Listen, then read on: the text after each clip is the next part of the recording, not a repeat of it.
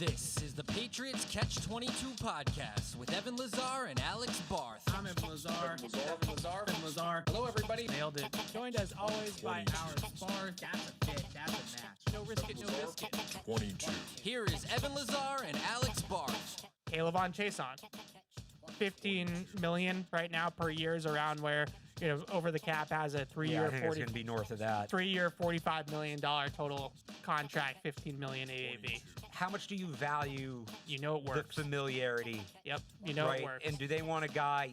I think we all like he's a 1B, and maybe Mafe becomes the 1A, or somebody you draft, or Hendrickson. I don't think you get. It's not going to be Kayshon in one of those guys. It's tough.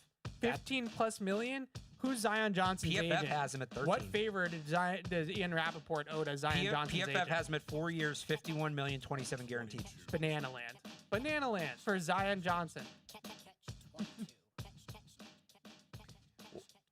Well, some of those guys signed in the last couple days, Alex. 3 years, $50 million for Zion Johnson. Banana land.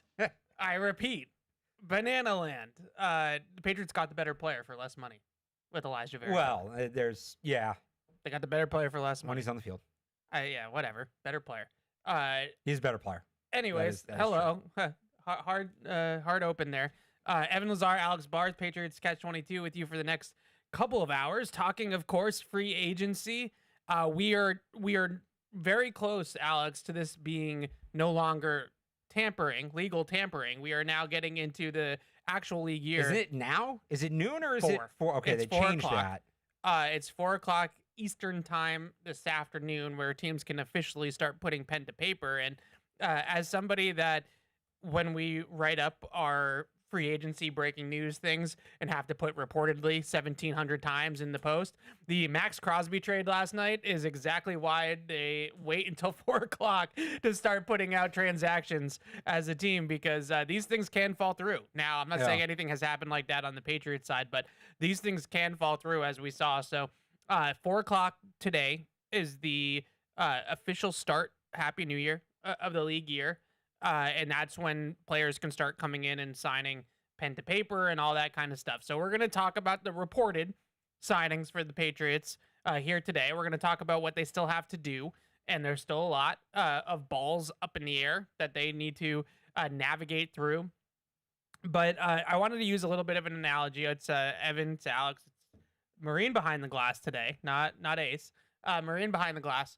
I want to use a little bit of analogy. Remember in 2001 when John Madden famously said, I would play for overtime here in Super Bowl 36, right? He's like, they have no timeouts. There's like 1:20 left. And, first year starting quarterback, against the greatest show on turf, I'd play for overtime. Then Brady completes a few checkdowns to J.R. Redmond, gets them sort of moving on the drive. And all of a sudden John Madden goes, now I kind of like what they're doing, right? That was sort of how I felt about free agency for the Patriots. Monday, I think I was like a lot of you. I felt a little bit, I wouldn't use the word concern, but just it was kind of a downer that Alec Pierce never actually hit free agency, and they didn't get a real chance to make a run. A second 2 years in a row with the rug pull. First Ronnie Stanley, now Alec Pierce. Yeah, Alec Pierce. I guess this one I feel like was hurt a little bit more than the Ronnie Stanley one. It lingered a little longer. Alec Pierce happens and goes back to the Colts, and the Patriots' first signings are a fullback, who I love, by the way, not besmirching fullbacks, and Draymond Jones is a solid player, right? Solid edge rusher. The non-ball knowers don't get the fullback. I know. We'll get into the fullback. It's probably my favorite signing that they've made so far. All of these things that happen, and you do feel a little bit like, all right, this isn't last year. This isn't splash Milton Williams, splash Carlton Davis, splash Morgan Moses, Robert Spillane, all these different signings that they made in the very first wave of free agency last year. We're taking a little bit of a more deliberate, different approach, which I think makes a lot of sense. I mean, we knew they weren't going to have another top of the league spending spree. And just the season they're coming off of, they had less holes. Right. They didn't need, well, that's what I'm saying. They didn't need to do that. Yeah. You look at the teams that spent the most in free agency so far. It's the Raiders, it's the Titans, it's the Raiders now are spending even more than even they planned on. Yeah, but it's all these teams that were bad last year that are now trying to spend their way out of being bad.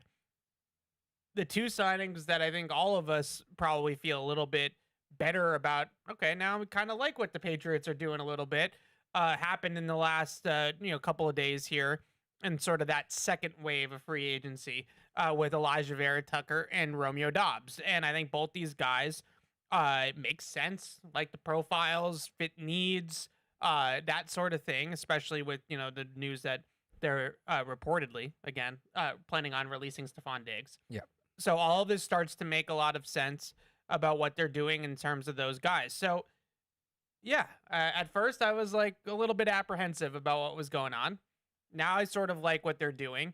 I want to start with what they've done in terms of bringing in people, and then we'll get to what's left and what needs to be done here moving forward. But let's just start with the two big ticket items in the last couple of days. Let's open. Well, do you want to start with the one they did like 5 seconds ago? No. Okay. I don't.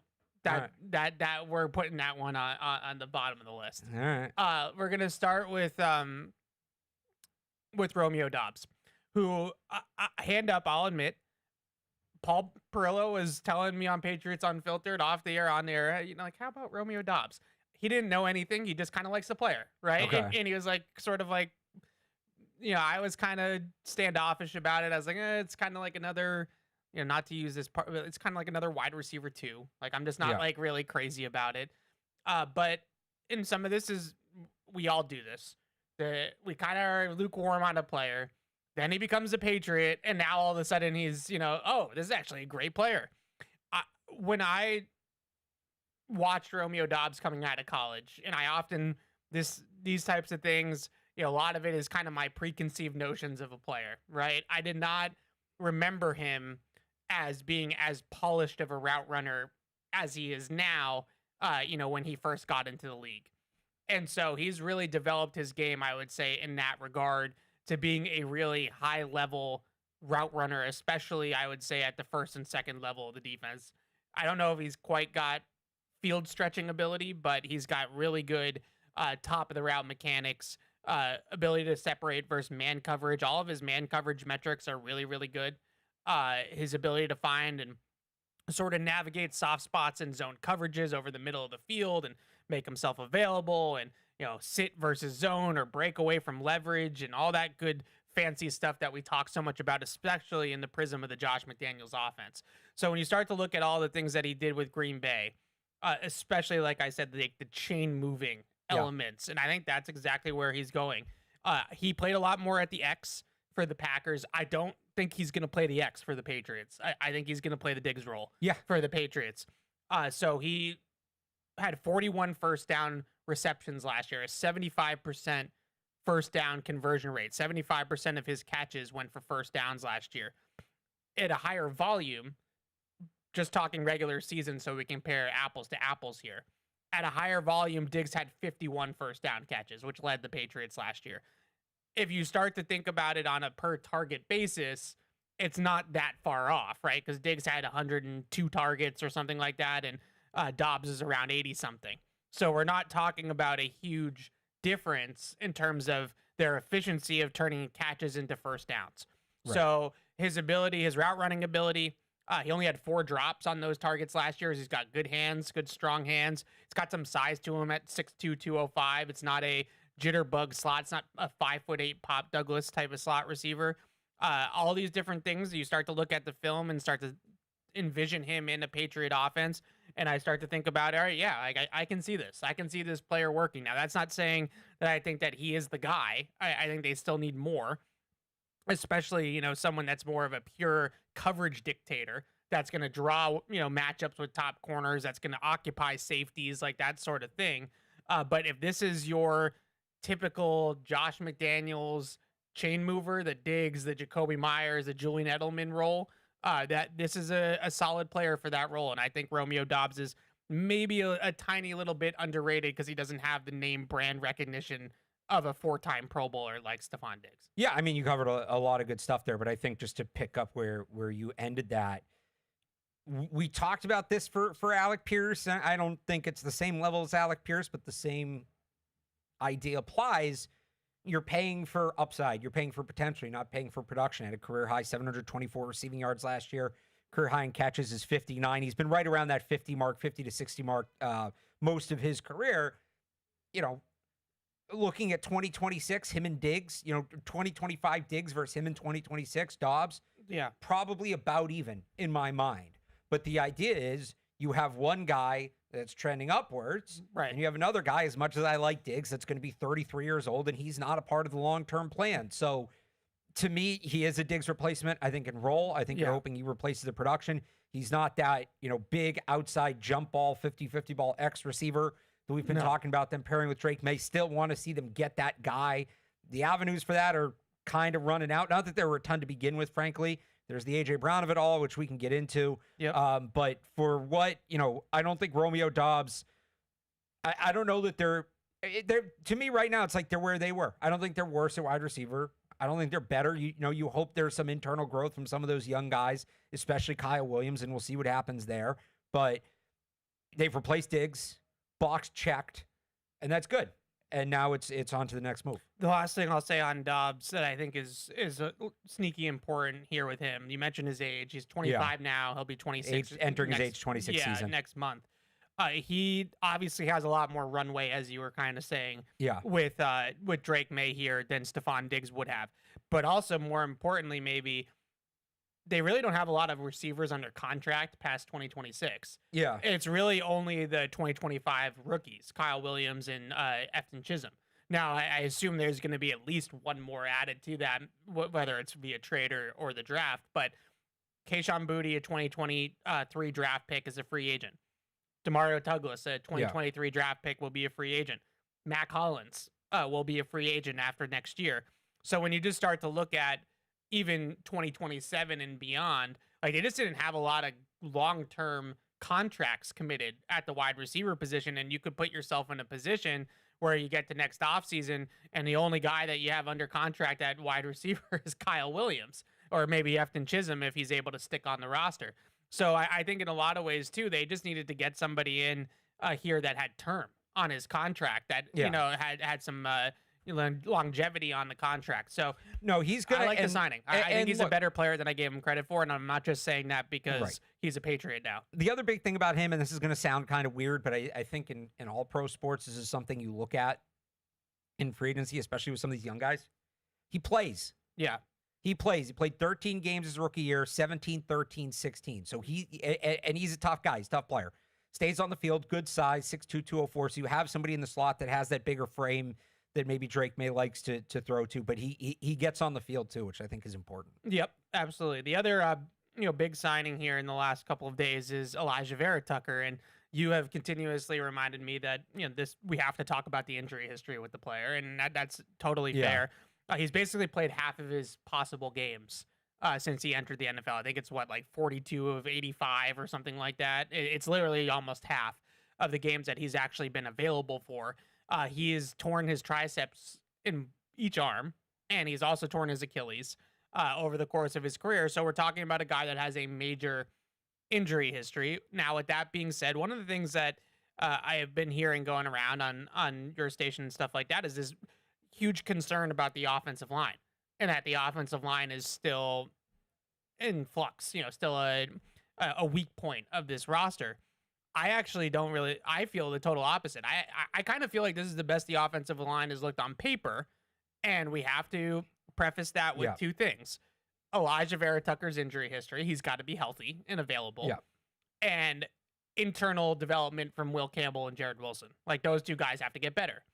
But if those two things happen, and I get that that's a bunch of ifs and buts, but if those two things happen, this is the best their offensive line has looked on paper in quite some time. I would say probably since Bill Belichick started to blow up the interior offensive line and mess the whole thing up, 2020, 2021, right? Where they had... Well, no, they had Shaq Mason was the first to go, wasn't he?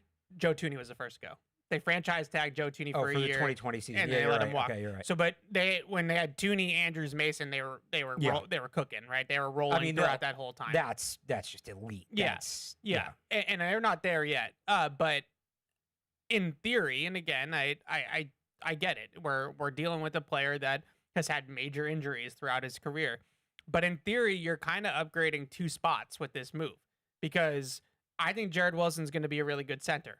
And I think a lot of his issues that we saw at guard with play strength and anchor and all that kind of stuff will be mitigated a little bit at center, not to mention that he should physically develop over the course of his career as a young guy. We talk about Campbell being super young. Jared Wilson is also super young. So that should happen as well, just, from an internal growth standpoint. But in theory, I think you've probably made center at least have a higher ceiling of being better. And if he's available, I think Vera-Tucker definitely improves left guard. Like that, I think is a foregone conclusion that he is going to be play a better left guard than what Jared Wilson gave you last year. So is this, I guess, concern from the offensive line standpoint that I keep hearing about, is this only because everybody is so weary about Will Campbell? Like, is that all it stems from? I mean, and maybe just conditioned to complain about the offensive line. Look, I think on paper their starting five is better now than it was before. Yeah. Will Campbell's going to get healthy. You plug Vera-Tucker in, move Jared Wilson to his natural position. Like, on paper, that's better. That's an upgrade.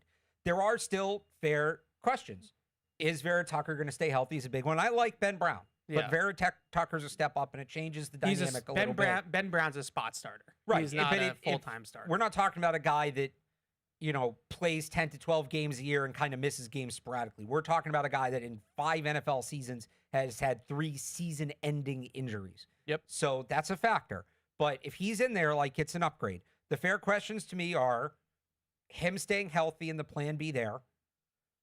And then the backup tackles. They don't have any backup tackles. Well, they have Marcus Bryant, I guess, on the right side. They don't have a backup left tackle right now, which is relevant. And I believe in Will Campbell. I think Will Campbell is going to fail. It's that I don't actually have the number for last year, but 2 years ago, only 17 tackles, both sides combined, for a team played all 17 games. Like, you're going to need your backup tackles at some point, odds are, in the NFL. It's just the way it works.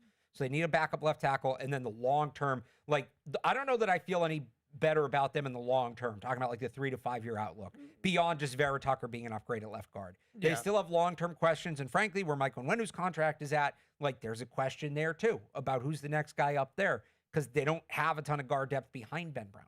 So there's still long-term questions, and there's the question of the injury at left guard and some depth questions. But if you're just telling me the depth chart on paper, they're better. Yeah, they're better than they were last year. Campbell, from left to right, if they're starting offensive line in week 1, and it's not, it's about, I get it, it's a 17-plus game season, right? But their starting offensive line in week 1 is Campbell, Vera-Tucker, Wilson, Onwenu, Moses. Upgrade. It's pretty darn good, honestly. Like, they were league average during the regular season last year by most of the metrics and by the eye test. I think the other thing that I would say about the offensive line is, like, these questions that we have across the offensive line, 32 teams have the same questions. It's a bad position group across the league. Nobody has 3 starting caliber tackles in the NFL. Some teams don't even have 2 starting caliber tackles. Some teams might argue they don't have 1 starting caliber tackle. So the Patriots have Campbell and they have Moses, who they feel pretty good about.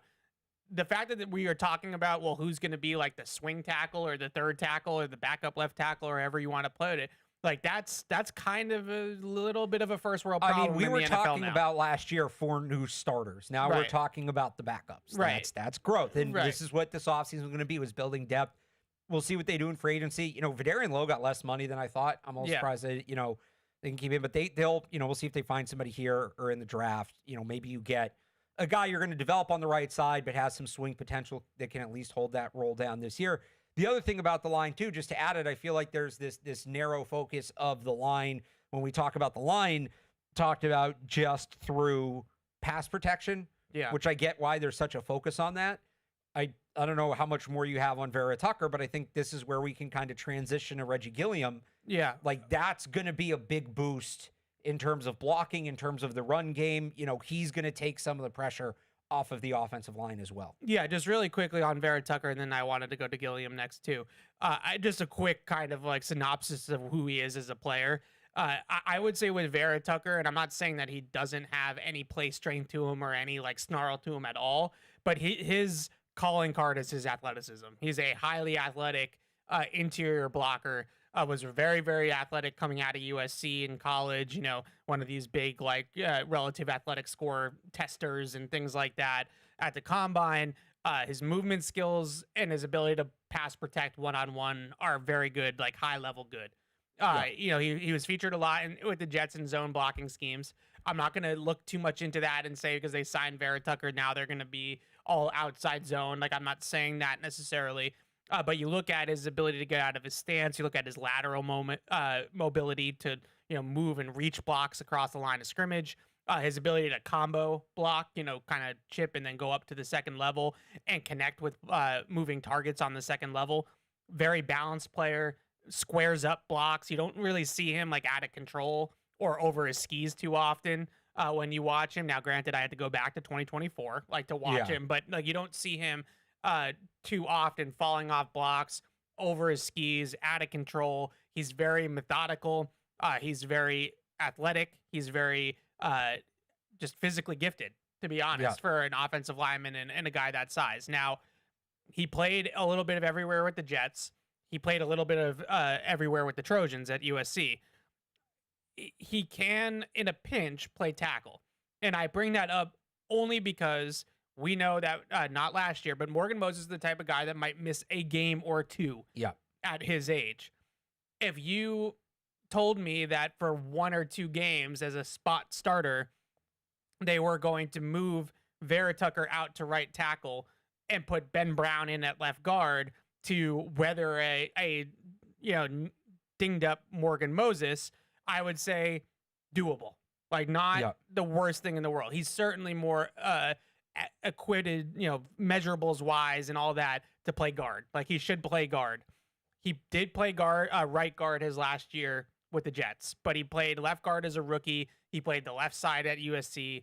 I don't think that that's going to be too big of a deal, but it's kind of like how we've talked a little bit about Onwenu in the past.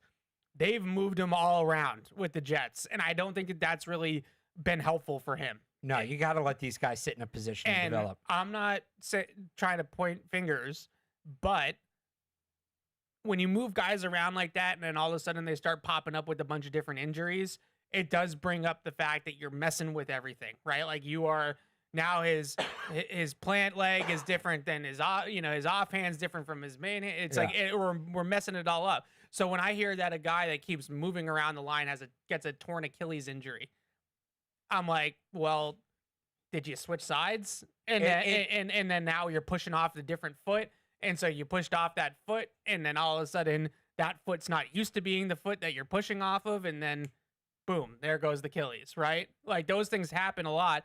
It happened with Isaiah Wynn here. Remember, he played right tackle in the preseason and blew out his Achilles switching sides. So I think if you can get him into a spot where you're in the Patriots strength and conditioning program and they do an excellent job down there, you know, Frank Perino, Doc Whalen, they're some of the best in the business at it, whether it's managing injuries, sports science, all that kind of stuff.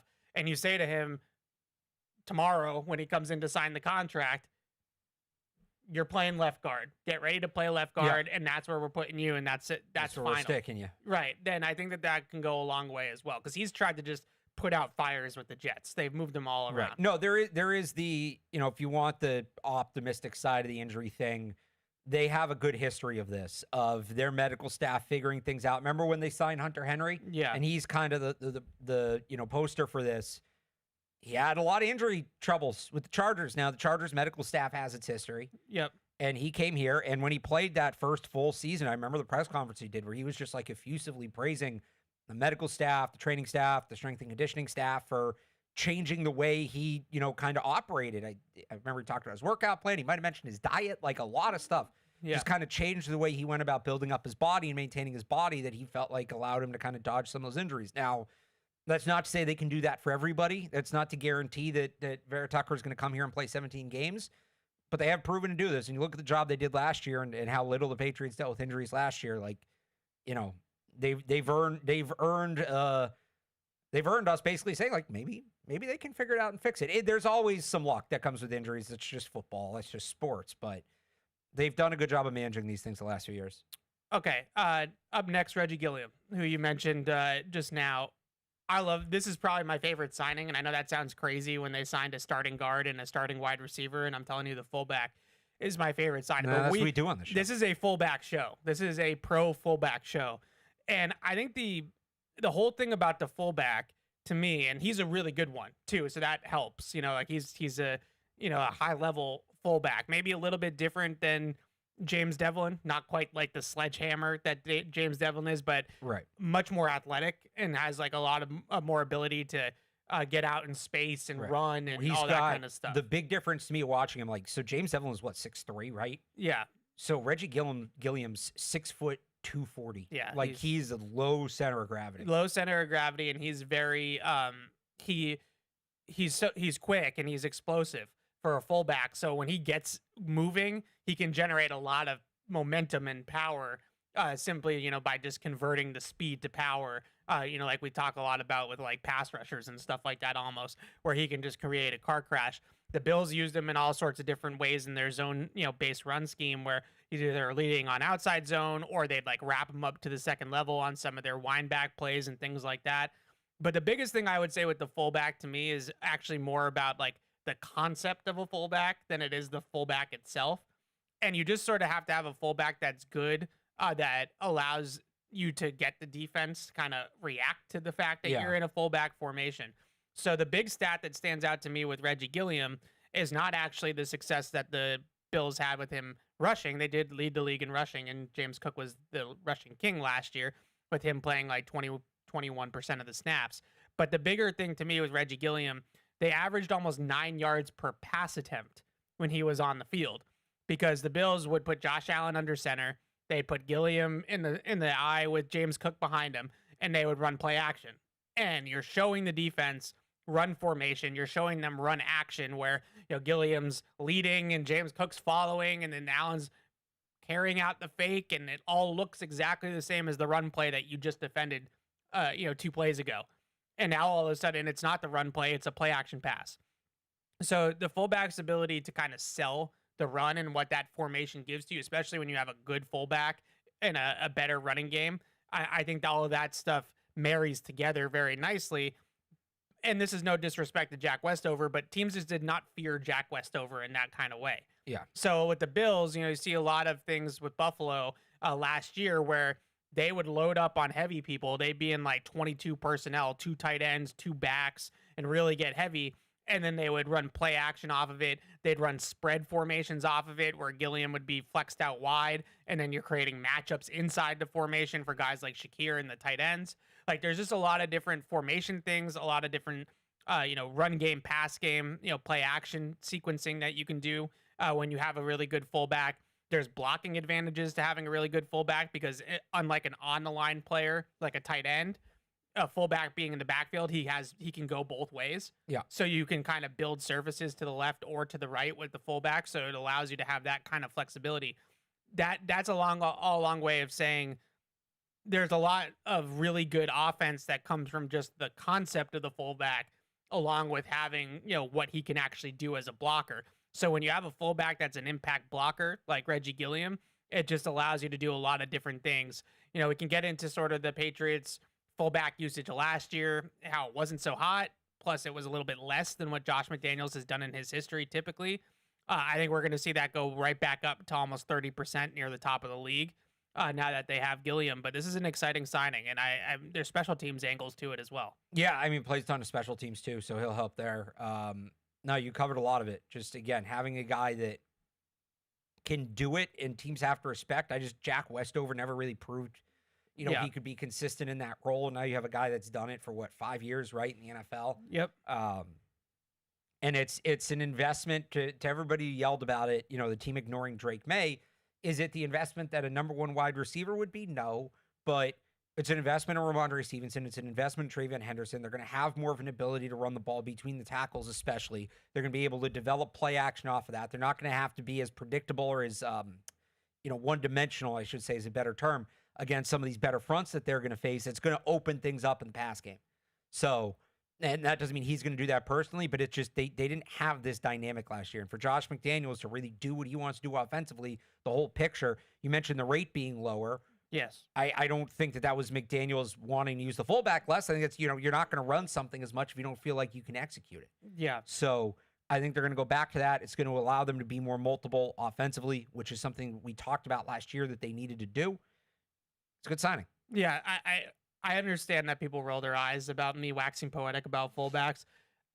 I'll admit it's sort of just my thing. I would also say just looking across the league, and not to open this whole can of worms with you, but my guys, my tight pants guys all use fullbacks. Yeah. Kyle Shanahan uses a fullback. Mike McDaniel took Alec Ingold with him from Miami to the Chargers, and told John Harbaugh, or Jim Harbaugh. Sorry, I forget the Harbaugh. Get them confused. Told Jim Harbaugh, hey, I need my fullback. Like, I need Ingold. Like, we got to go get this guy.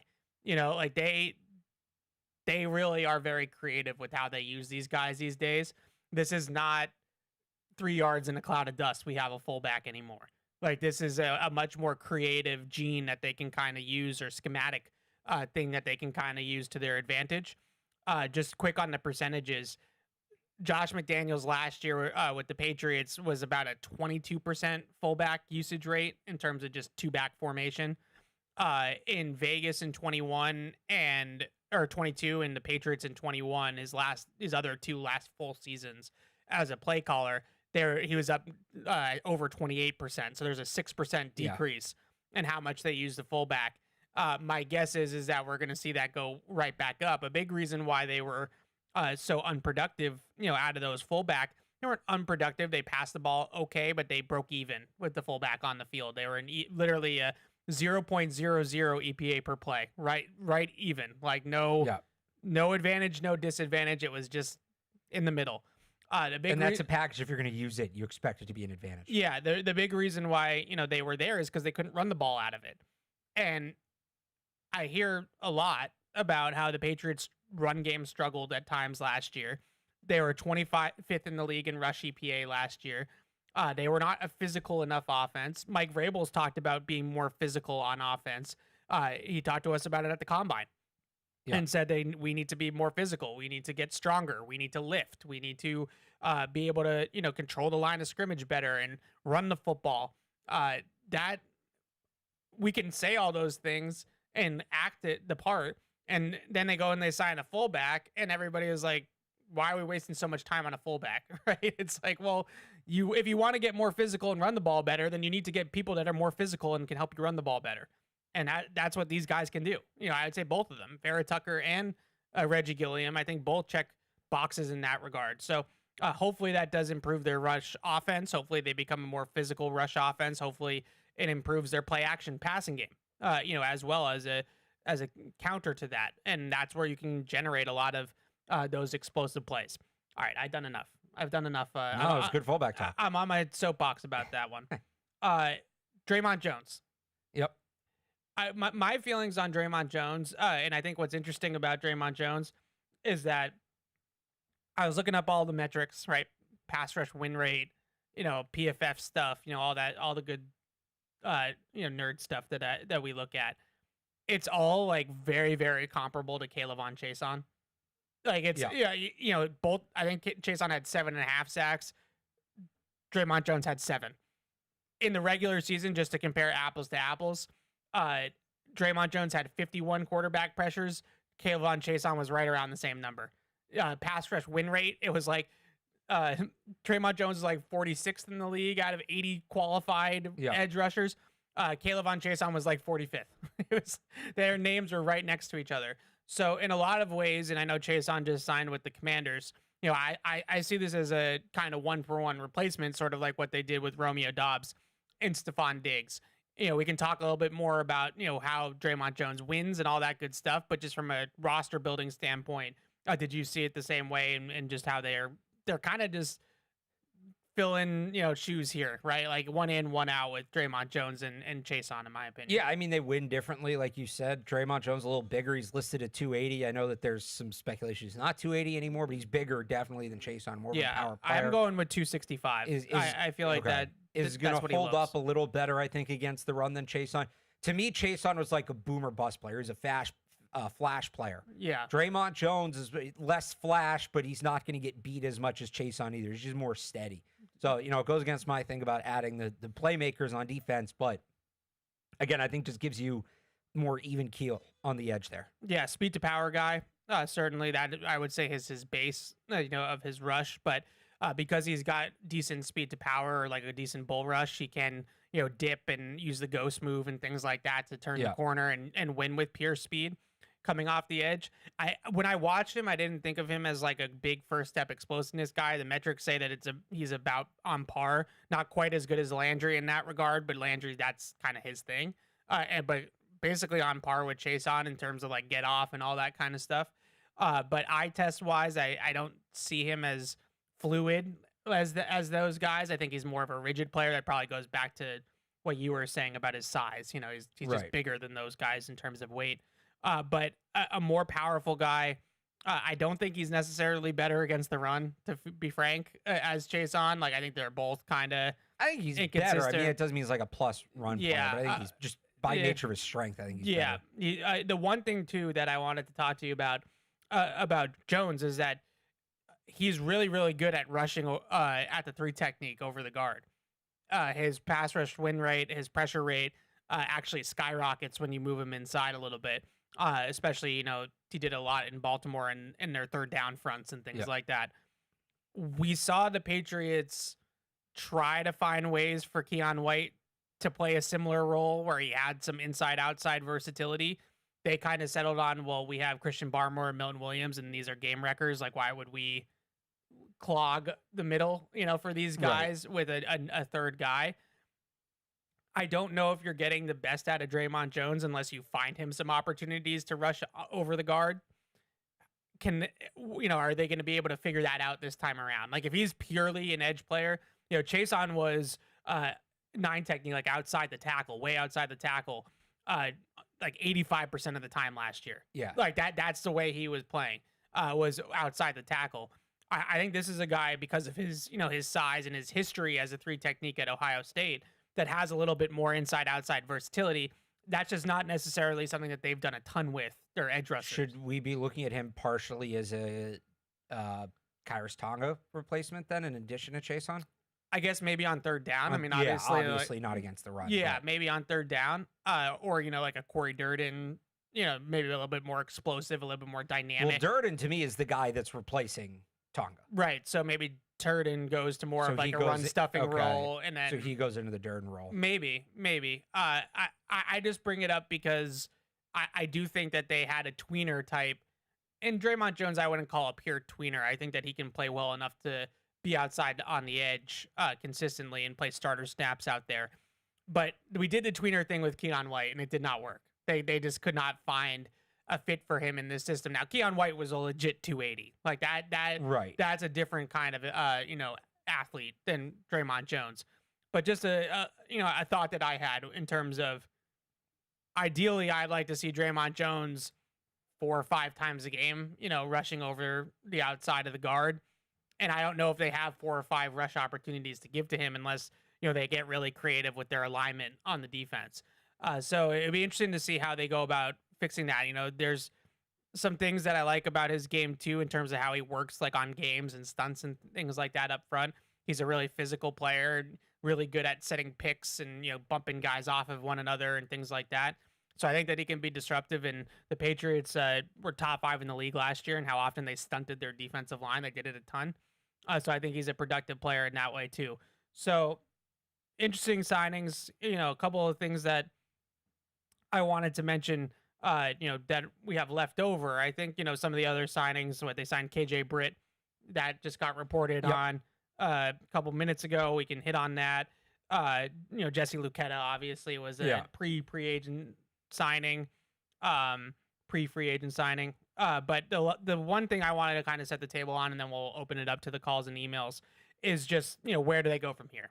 And I think the 2 big spots that we're all looking at, I agree wholeheartedly that, depth on the offensive line, they obviously got to hit offensive tackle at least once more, probably in the draft, but they got to start planning ahead and all that kind of stuff on the offensive line. Yeah. But we're all zeroed in, I feel like, on edge rusher and wide receiver, right? Let me ask you this, talking about going ahead, because I've used this kind of as the barometer for, did they do what I wanted them to do coming out of free agency? And look, there's still, we got to see what happens with Jalen Hawkins. So I'll throw that addendum on it. But I don't know. This is just me thinking out loud. You tell me. I feel like the longer it goes, the better chance he's back. I don't think there's much of a market for safeties given what's in the draft. my kind of like, I don't think it's where they had to get, but what I would consider a good free agency period, right? Are they in a place where they can draft Blake Miller 31st overall? Yeah. And like get by with that. And that doesn't mean that they have to fill every need between now and then. There are other needs that they can fill in the draft, but are like realistic draft fills, like take tight end, right? You don't need to take that guy at 31. You probably shouldn't be taking that guy at 31. Sadiq's not going to fall. I don't think there's anybody else on the board that's worth taking that high. Yeah. But like, when they cut Diggs, it's like, okay, so they're going to need a receiver. They will need a receiver. They had Doubs. They still could use more, but you can get by if 31's not a receiver. Guard was another one. They're obviously good at that position now. So Blake Miller would be, when's the last time we could talk about them making a luxury pick with their first round pick? I don't know. It's been a minute. It's been a minute, but we're not in luxury pick territory. Well, yet. I think Blake Miller would be a luxury pick. Yeah, and I don't think we're in that. So you don't think they're there? Okay. No, because they might be. I think they're close. I think that the two positions that we're looking at right now, there was news this morning that it sounds like they're going to release Anthony Jennings as well. So right now their edge rusher depth chart is Jones, who's going to play. Like Draymond Jones signed a good contract and is going to be a starter for this team. Harold Landry, if he can get his knee right and get himself healthy. Elijah Ponder, who I think that they like and are clearly high on, but I think Elijah Ponder, you're hoping as an undrafted rookie, is a rotational player and a rotational pass rusher at that. Braden Swinson, who we just didn't see a ton of last year, was up and down the roster pretty much, whether it was, practice squad to start and then 53 towards the end of the season. And Lucetta, who I think is, again, a low-level signing, right? A low-level depth signing. So if we're just assuming that they're 1-for-1 with Kayvon Chason and Draymond Jones, they really haven't made any progress at edge. And it's a great edge class. So, I mean, they have that in their back pocket. I don't think they're going back to Max Crosby. Like, I don't think that thing is happening. So we had the conversations to start free agency that they kind of need a dude in the pass rush off the edge. They still kind of need that dude. Like, they don't have that yet. And I think we can make the same argument about receiver. And I'll lump tight end in there. I'm just more reluctant about tight end in the draft being a day one impact type of player, because that doesn't happen very often, especially when you're not drafting him high. And just this board doesn't, like, that guy doesn't exist in this draft. Right. Like, you're not drafting Tyler Warren or Colston Loveland that's going to come in and have a year one impact. I guess Sam Laporta had a year one impact as a second round pick, but those are rare. But so this is what I'm saying about like the Blake Miller thing. Like, they do need another tight end. I'm comfortable with them getting that guy on day 2. We could debate edge. Like, if you want them to go higher end, then they can't. If you like the depth of this class and you think they can get a real guy on day 2, like, you can make the case for it, is my point. It doesn't mean they should go ahead and do it, but like, are they at a point where you can make the case for Blake Miller? But you still sound out on that. You sound like you want the first round edge or receiver. Because I don't see how else you get impact players at those two spots. Is that receiver even there at 31?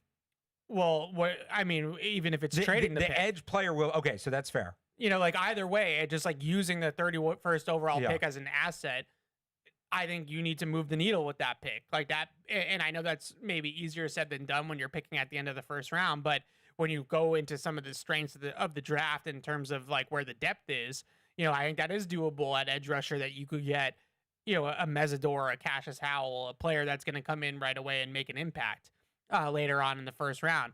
Does that receiver exist? I don't know, because they take Romeo Doubs off the board in free agency. I think that makes Omar Cooper Jr., Casey Concepcion, if they were there at 31, a little bit redundant, I would say, to a guy like Romeo Doubs. Like, you're really looking for the Chris Brazzell of the world, right? Like the big outside guy that can stretch the field.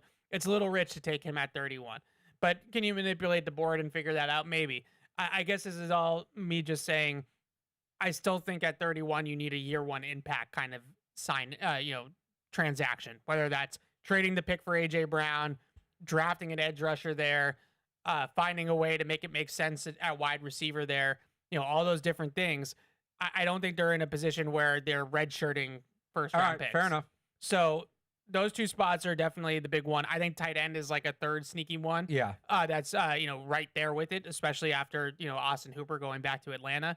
they really have no depth at that position behind Hunter Henry right now. No, at least NFL caliber depth. So whether it's going out there and signing, there's not a lot left in free agency, but I'm not a big Chigaquanquo guy, but we're 3 days into free agency, so you can't really. I mean, I'd still take, unless I tried to catch up when I was driving down here. David Njoku still isn't signed, right? Yeah, so that's the one that I think makes a lot of sense just from the connection with Vrabel and Ashton Grant and the Cleveland people and that are in this organization. I'm still here's where I'm at. David Njoku's older, so was Elliott Wolf 29 maybe? Yeah. Here's where I'm at tight end. I'm honestly okay at this point if they just do tight end in the draft. I don't know that need, don't get me wrong. If they sign David Njoku, solid signing, but yeah, the whole point there is supposed to be getting younger, getting the next guy in for Hunter Henry. And David Njoku's entering his age 30 season. So he's not older than Hunter Henry, but he's not young either. You're not talking about a guy who's going to play for 5 or 6 years. So if you're going to sign him or Chigaquanquo, you still need to get the younger guy, which I'd like to see them take relatively high, top 150. But now that guy's buried. I don't know. Am I nuts for thinking if CJ Dupree's the third tight end, I'm fine with that? Yes. Third tight end. No, I'm saying no. If they go out and they use a top 100 pick on Sam Roush or Oscar Delp, in your room next year is Hunter Henry, that rookie, and then maybe you draft a guy later, or you bring in a lower level free agent to compete with Dupree for the third spot. Yeah. For all the other things they have to do, I think that's a fine room. I think that would be enough for me. So I think the concern is, and again, I'll concede that the recent history is a little bit better than the long-term history. But historically speaking, because of all the run and pass game responsibilities on a tight end's shoulders, it is a slow developing position. So if you're drafting a rookie, and especially if you're drafting a rookie at 63 or 95 or something like that, that's, further down the draft, the expectation of him really being a contributor as a rookie is not very high. But again, this is somebody, they're not going to be the top tight end. It's still going to be Hunter Henry. Yeah. And so you want to get that guy in so that, Hunter Henry's kind of year to year at this point, I would think, right? He's in a contract year. Yeah, I guess it depends on who it is. If it's somebody that I feel has obviously I'm talking about drafting a legit tight end. Yeah, has some real upside, then sure. So again, the two names I gave you, Delp and assuming his foot's healed and he's healthy, Delp and Roush would be the two that I would consider for that spot. Sure. Or if they want to go really nuts, Max Clare. Sure. I don't know if they're going to take a guy that high, but he would fit that. I'm not not talking about better taking somebody in the 6th round. Right. I know. I think I would feel better. I'm glad you brought up Njoku with an Njoku signing plus drafting one of those guys. But I don't now. But if they sign Njoku, I don't want them to draft the tight end in the top 100. Why? Because that guy's not going to play. No, I mean, why not? If he just is better than Njoku, then why not? I don't think he's going to be better. I don't think he's going to be better than Njoku. For you're probably going to have to pay Njoku. That'd be a bad. Then why are you signing Njoku? Because you're going to sign Njoku to a 1-year contract as somebody that is a backstop. If that's what you think he's getting, by all means. I feel like his market should be bigger than that. It's Wednesday of free agency. What kind of market do you think he's going to have? If he was going to have this huge market, then he would have already. If it's a 1-year deal and it's 2A, 2B with him as a rookie, that's kind of what I said. You get all right. If it's not CJ Dupree, you sign somebody to compete with him. I was thinking more I don't know who's still available, Tyler Higbee kind of guy. Yeah, I just feel like I just wouldn't necessarily count on a rookie tight end. Adam Troutman, you still in on Adam Troutman? I was in the draft. You were a big Adam Troutman guy, I remember. Yeah, I was a day 2 pick at tight end, especially where their day 2 picks are. I just wouldn't put all my eggs in the basket of that guy is going to be, now in the league now. That's a big role, the second tight end. You're playing 2 tight ends in an NFL offense these days 25-30% of the time, most likely. That's not a insignificant role, and I just don't know if I would put all of that on a rookie. But you're saying sign a guy and then have him be behind the rookie. If the rookie's better, then yeah, but I'm not gonna. If you're telling me Njoku's getting a 1-year deal, fine. Yeah, but I mean, it doesn't even necessarily have to be Njoku. We don't have to get bogged down by the Njoku of it all. Just saying, a serviceable veteran tight end, even if you want to say it's in the Austin Hooper. I think Njoku's a better player than Austin Hooper. But even if it's in that Austin Hooper realm, you mentioned Tyler Higbee, somebody like that. I just need an NFL tight end that's in that room that's not, somebody like CJ Dupree who didn't play as a rookie, as an undrafted guy, and a 3rd round pick. Like that to me just isn't quite enough, especially with Hunter Henry's age, his injury history, some of the slumping with his blocking last year. Maybe I'm giving the rookie class or the team too much credit for developing that guy, but it's a quick development at that position. I mean, the position you didn't mention is safety, which I've said that even if they keep Jalen Hawkins, I still want them to add like a legit 3rd safety so they can do more 3 safety stuff. If they lose him, you're not talking about a starter. You're not talking about a guy that's probably going to be on the field 60, how much Hawkins play last year? All of it. 70, 80% of the time? More, I want to say. Was it more? There's a lot. Woodson didn't come off the field. Yeah, Woodson was... Hawkins was 92% last year. Wow. Okay, so Yeah, that's so you're different. talking about, that if they lose Hawkins, my guess is they'll pivot in free agency to signing a NFL caliber player. That goes to the top of the needs if they lose Hawkins. I would just bring back. I know there's some chatter on Twitter about like Nick Cross or like somebody like that. Yeah. I'm sure if they lost Hawkins, I'm sure they would pivot to signing a starting. I'd still like to see them safety. add another safety on top of that, though. Okay, but they can do that in the 3rd or 4th round. They don't have to do that. We're using a lot of day 2 picks now. What do you mean? We're gonna draft an edge rusher or wide receiver with the 1st pick. Okay. Whichever position you don't take with the 1st pick is probably going to be your 2nd pick. Do you really need to take a 2nd round receiver? It depends on the skill set. Like if I don't know. I don't know if we can play this game all day of who's going to be there, who's not going to be there. But if you're talking about a guy that can win on the outside and has some field stretching ability, then I think you still need to add that. Like I know we're all hoping that can be Kyle Williams, and Kyle Williams was in a crowded room last year behind veteran players, if you want to use that as an excuse. But the track record of guys that caught 10 catches as a rookie, then going on to having a great NFL career is not very good. Like just being honest, like it's not, there's a reason why the 550 club exists, right? Like that's, the barometer for rookie receivers being, big time players in the league. It doesn't happen very often if they're not, instantly contributing to a team. So I don't know, like, I guess you're putting a lot of credence in Kyle Williams, Kayshon Boutte not having any like catch point regression, like he had a lot of kind of crazy, contested catches last year. Mac Hollins like having the same level of juice of doing that, sort of thing as a bigger receiver on the outside. It's just, I think you need to keep looking for ceiling at that position. And the only way that you're going to do that is with the draft or trades. Like we just saw that, Alec Pierce isn't coming. He's not hitting free agency.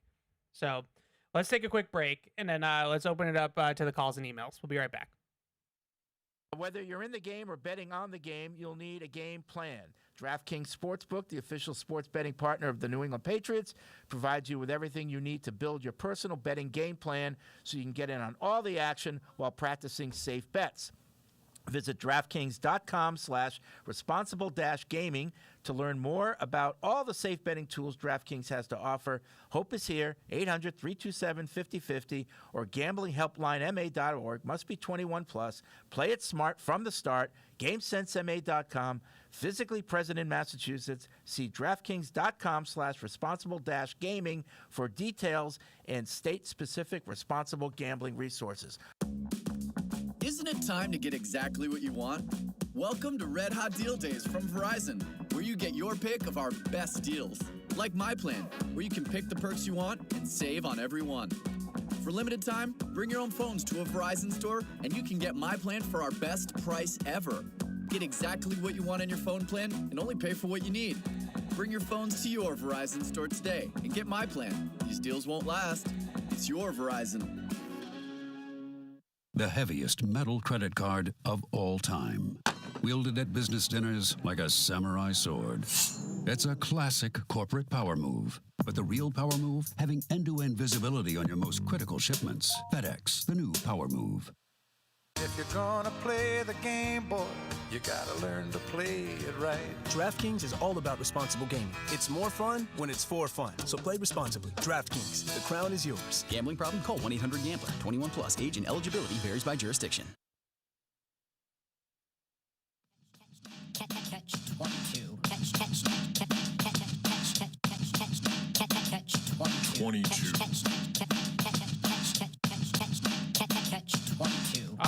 we are back, and I should do one of these reads, huh?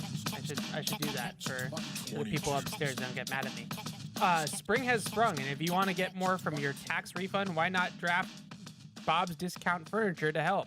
Shop Bob's latest spring dining styles like the top-rated Elm, featuring a real marble table perfect for hosting big brunches and game day parties, or the versatile Betty Collection, which comes in multiple winning colors and heights. So stop in or shop online and get more for less with Bob's Discount Furniture, the official furniture store of the New England Patriots. So a little bit of media news inside baseball. We just found out that we are going to hear from some of the Patriots free agent signings tomorrow. So that'll be at 1 o'clock. Might hear from Elliott Wolf as well in that time too. So hear from some of the guys. Don't know who yet. Don't know who's coming right to town to sign their contracts. But 4 o'clock today is the start of the new league year. So players can officially start signing these contracts this afternoon, or this evening, I guess I should say. And most of it happens tomorrow. So the Patriots will be introducing some players from their free agency class here tomorrow. I'm sure Alex and I will both be here for that. So that'll be good. But let's get back to the calls and emails and all that good stuff. Get you guys involved. Sean is in Vancouver. What's up, Sean? Hello. How we doing? Hey. Great. How are you guys? Let's say in free agency they continue bringing in players, bring back Hawkins at safety, get another edge like Arnold Abakidi, and then bring in tight end and David Njoku. In the draft, at 31, would you go with Chris Brazel Jr.? Who was the second one? Sorry. So bringing in Njoku for tight end, yeah, and bringing in Abakidi for another edge, and bringing in safety Hawkins, like bringing back Hawkins. So those are the free agents. We're let's say that happens. We're looking at 31. Are you thinking, okay, well, we need a big speed receivers. That's our need. So does Chris Brazel Jr. match that? Is that the guy you would go with if he's there? Yeah, got it. Thanks for the call, Sean. Yeah, I think all those free agents are possible. I wouldn't be surprised if they added one more edge guy. To as depth. We talk about this a lot. Like, you don't want to get to the draft and have a glaring need on the roster where you're forced to take a certain position. Now, wide receiver might be trending in that direction just because of supply and demand. Like, they just don't come available in free agency. Right. If AJ Brown in that trade has fallen through, and I'm not saying it has, but if it has, then you're really left with no other choice but to try to keep throwing darts in the draft. And that's just the nature of that position. 9 times out of 10, those guys get traded or they get drafted. They don't hit free agency, as we see every single year. So Chris Brazel, I'm a big fan of his. Just based off of where he was before the combine, and you don't want to count the 40 twice. Like, you already knew he was fast. Right. So you don't want to now all of a sudden say, oh, well, he ran a 4.3, so now he's a first round pick. When most boards had him, maybe fringe top 50, going into the combine. But if you want him, he's not going to make it to your second round pick. No. So if you want him, then you have to take him that higher. I don't. That's a tough one for me because I like the player, but it does feel a little bit rich for the profile. Like, I think that there are some question marks, especially, just the history of that Tennessee offense and those wide receivers. I mean, maybe you move down a little bit, but the thing is, those guys are going to start going fast, right? I think Denzel Boston's going to be off the board when they pick. Yeah. But if Boston and Concepcion are gone, and then you're assuming Tate, Lemon, and Tyson are gone, well, now there's probably going to be a run early on day 2 between Omar Cooper, Brazel. I don't know how teams will ultimately feel about Zachariah Branch, but they're going to start to go. Yeah. So you're going to have to. I don't think it's not that you're not getting him at 62. I don't know that you're realistically moving up from 62 without giving up the future first, which you don't want to do. Definitely wouldn't give up the future first to move up and get Brazel. Let me ask you, throw a few names at you, and let's just brainstorm live on the air here. Yeah. So Jeremy Bernard, I like, but he feels more of like a Z. Yeah, he's the Doubs role. Yeah, I don't think that he's quite a true X, or really what we're looking for. 2 names that kind of stand out to me that I've watched recently. I think that we would be talking about Chris Bell from Louisville. Don't do this to me. A whole lot more. Don't. It would have been so easy for him to be the guy at 31. It would have made he would have pushed Denzel Boston down. It would have made all the sense in the world. That one sucks that he got hurt. Okay, so he got hurt. He tore his ACL late. Very late, December. Yeah, I have it right here. November 22nd was the date that he tore it. Sure, I thought it was in December. November 22nd was the date he tore it. Chris Bell gets hurt at the end of the college football season. I think it was the last game yeah. that Louisville played in the regular season. I don't know if they probably went to a bowl, right? Louisville's decent. Yeah, I mean, he wouldn't have played in a bowl game. Right. Anyway. So Chris Bell gets hurt. I watched 2 Chris Bell games. I've watched Miami and Clemson. So two pretty good competition. Mm-hmm. Well, Clemson sucked this year, but the corners are still good. He took 2 crossing routes, caught him in stride, and took them both to the house from like 40+ yards out. And you just see like the run after catch ability and the explosiveness, and you're like, whoa, this guy's like destroying angles in the open field with the ball in his hands. There's big concerns about, injury, obviously.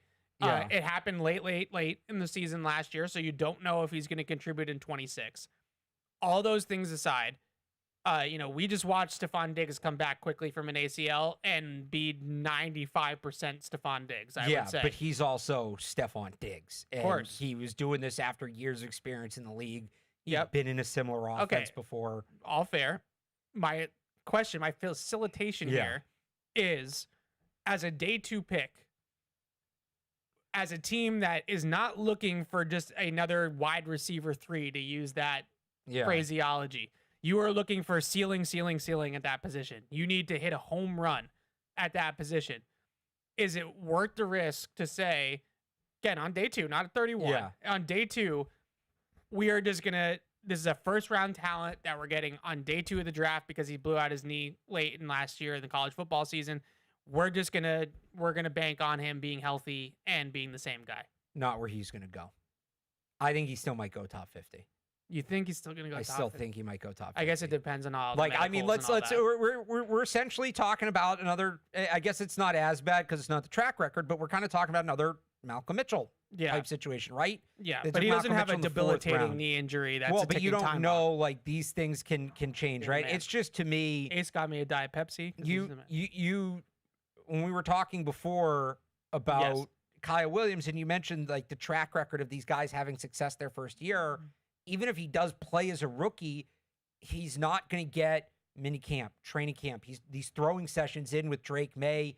He's not going to get as immersed in the offense as he probably needs to right away. We've seen this with other receivers that have come here, have gotten hurt in the spring and summer, missed time in OTAs, missed time in training camp, and never really caught up. Now, maybe those weren't the most talented players to begin with, but it definitely impacted their development. So my ceiling for Chris Bell for the Patriots, if you want to trade up into like the 70s or 80s from 96, that's where you can start to sell me on Chris Bell. Fun player. Again, if he was, and I got to be consistent. Explosive. I didn't want Josh Simmons last year. Yeah. I didn't think they're in position to take that risk. Well, the reason why I bring it up is because I think they're more in that position now. They're more in that position. Here's the thing, if he played another position, I might be more inclined. Okay. What part of it is the wide receiver and just the way it works, working that position in. Sure. You sound in on this. Yeah, I am, because I think that I keep coming back because he was going to be my guy at 31. Word, ceiling. We do not need them to draft another, complimentary third receiver. They have 5 of those, right? Like they don't need any more of that middle of the pack. That's why I said to you before. Why are you taking wide receiver on day 2? I just look at this group, and this is assuming that my guy Brazel is off the board, or kind of in that donut range of like he's not good enough at 31, but he's not going to make it to 65. I just look at this day 2 group, and now I look at. I'm kind of taking the slot Z type of guys out because they just paid Romeo Doubs a crap ton of money to play that role. I think that's a fair assumption. So I'm going to take those guys out, and I'm just going to look at explosive down the field guys. Now, I think Chris Bell is more explosive with the ball in his hands, like catch and run explosive, than he is like true vertical explosive. But I think he's good at the catch point, though. He's explosive. He's a big play dude. Let's talk about getting stronger on offense. they need upside. They need high level talent. They need ceiling at that position. And yeah, you might have to take on a little bit of an injury risk. But I know you're going to say what you said about Diggs, and these are proven guys, and I get that. Yeah. Modern medicine's a little bit of a different animal. Like, it just is. You know, I watched Stephon Diggs come back from an ACL in like 9 or 10 months. You know, you knew I was going to bring this up at some point. I'm watching Jason Tatum play 10 months after tearing his Achilles. It's a different injury in a different sport. So I'm just saying, you just wanted to mention Jason Tatum. Of course. I'm just saying that we're talking about maybe a different, like, we're in the modern 2026 medicine here, where like ACLs are not. This isn't Willis McGahee. So if where he I'm blows nuts, out his ACL and he's if dead. I'm nuts for saying I expect Chris Bradley to develop into Stephon Diggs production, yeah, and if I'm nuts for saying I expect Romeo Doubs to develop into Stephon Diggs production, and Doubs has proven almost 750 ever seen in the NFL. People. Oh. Now I'm supposed to expect some kid coming off a torn ACL to step in and do that with limited practice time. Like, I don't know. Okay. I don't. I might take the bet on the upside. You know what? But realistically, when is that upside going to hit? 2028? I don't know. Maybe I don't know. If he misses this year, if he's really that good, if he misses this year, if he's really that good, he's that good. We don't know. It's a tough adjustment from college to the pros. We don't know. He has no proven NFL. I like Chris Bell. I hate that you're making me do this. I like Chris Bell. Yeah, you're the guy that turned me on to this. I would just rather some other team take the risk at this point. Okay. Trust me, if he was healthy, I would be sitting here saying Chris Bell at 31. Next question. Okay. But I think you have to consider that. Okay, let me throw a few more names at you in this kind of role. The other guy that I keep seeing a lot that people are Patriots fans, Patriots Twitter, is Jacoby Lane from USC. And I'll say this part about Jacoby Lane, and then we'll get into the stuff that makes Jacoby Lane intriguing. Dane Brugler put a tweet out there that I thought was interesting in a reply to a Patriots fan. Okay. About Jacoby Lane. This is Dane Brugler's reporting, not mine. Dane Brugler said, doesn't feel like he's a Vrabel type of player, which tells me toughness, effort, and finish. Is he one of these guys that pulls his hamstring and, you know, I'm hurt, coach, you know, like one of these types of things? That's what it tells me, because I don't think that there's nothing about Jacoby Lane that spells that he's like a bad dude or anything like that. Right. So I think that this is more about play demeanor, like football play demeanor, that doesn't really scream Vrabel. Now, at the same time, enormous catch radius, like one of the biggest catch radiuses in the draft. Great hands, highlight reel catches.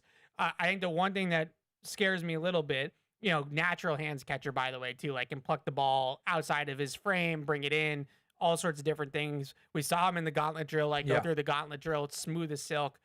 The one thing that I think, you know, stands out, though, is he's got a little bit of that, like Aaron Dobson, N'Keal Harry, like all of his highlights are these one-handed catches, but there's no separation in any of them. And that's like what's in between them. Yeah, and it's just like, okay, like this is a great highlight reel receiver, but, you know, the consistency there of consistently separating, I especially once the routes get further down the field. Like, is he a guy that with his size and with his radius can be like a slant winner and stuff like that? Yeah, I think he could probably do that. He's going to win jump balls. He's going to win, you know, a handful of jump balls a season.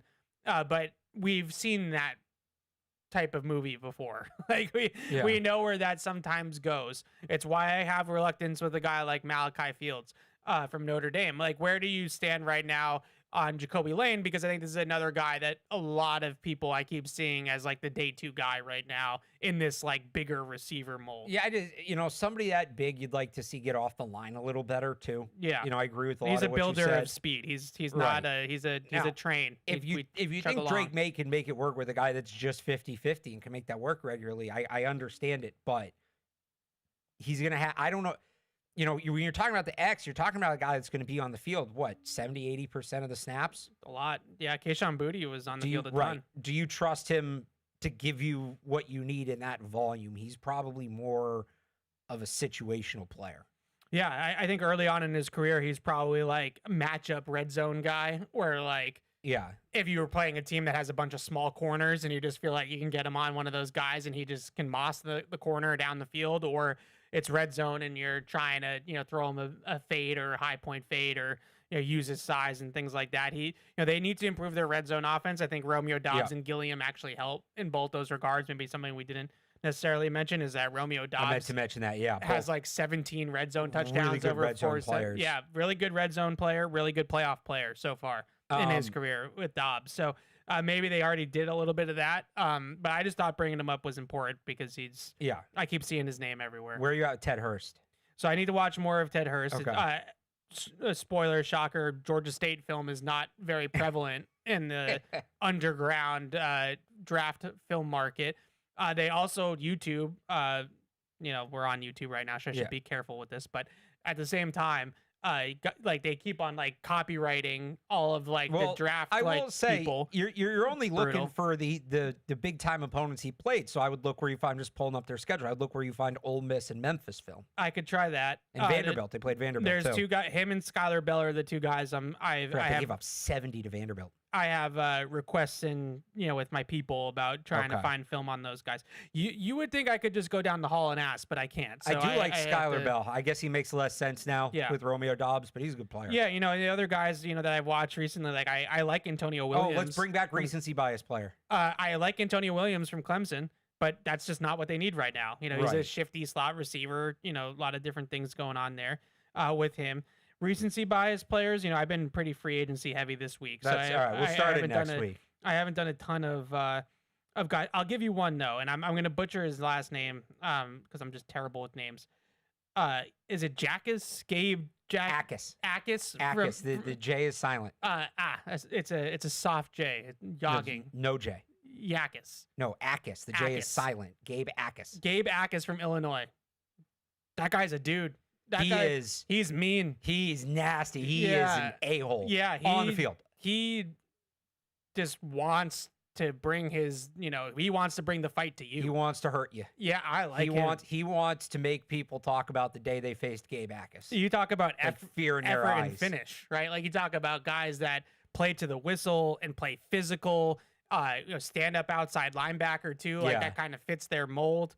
If I don't know where he might be like an early day 2 pick. It might be kind of a weird fringe second, third round. Yeah, but he maybe top 50. He was fun. I mean, I wrote down, just rugged, splash plays like all over the tape. He's got that team leader thing too. He's supposed to be great in a room. Yeah, fun player. I think he gets more violent. Just watching him because he really broke out last year. Yeah.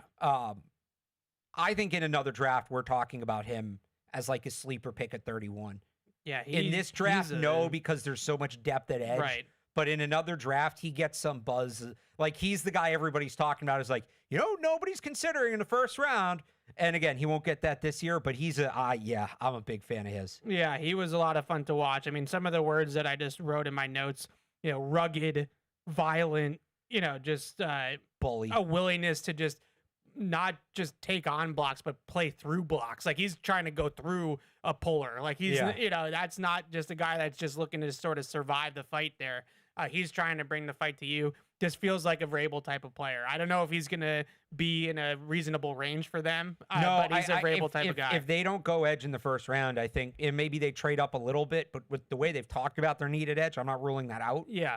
I think he could be in realistic range for them, especially if some of these other guys ahead of him, if height falls because of his size, and if Cassius Howell takes a little bit of a dip because of his arm length, and Zion Young, and that's my big draft take with this class. Yeah, Ruben Bain's going to be fine.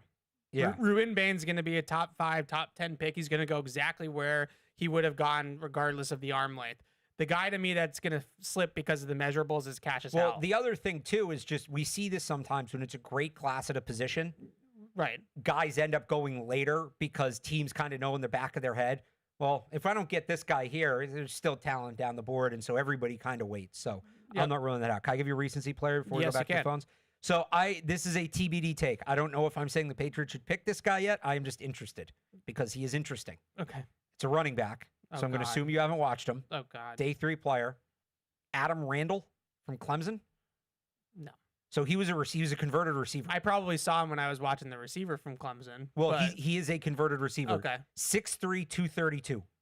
and he's still learning how to play running back, but he's got great burst, take on contact. Obviously, he's a plus in the pass game. You love them drafting running backs every year. I think they need a running back. Every year, you tell me that we just did this at tight end. Who's their third running back? You laughed at me for saying that I wasn't taking third tight end seriously enough. Ramondre Stevenson on a big contract, and they just drafted Travion Henderson in the second round. So how many more running backs do you want them to invest in? You need 3. Did you not see what happened last year? Okay, so we can go in. We have 4 6th-round picks. You can use one of those on a running back. That's where Adam Randall's supposed to go. Go. Okay, I'm off your case. Go ahead. So, well, I just kind of thought, like, he's a converted receiver. Yeah.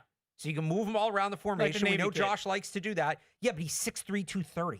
So the Navy kid is more like lighter and quicker than that. Yeah. Yeah. No, he's got he's ex-receiver profile, but he's lining up in the backfield. And he still has to learn how to play running back, but if you can teach him how to hit a hole, and he's hitting the hole at that size with kick his returner? burst. Yes, actually, very good kick returner. So this is Cordero Patterson, is what you're telling me.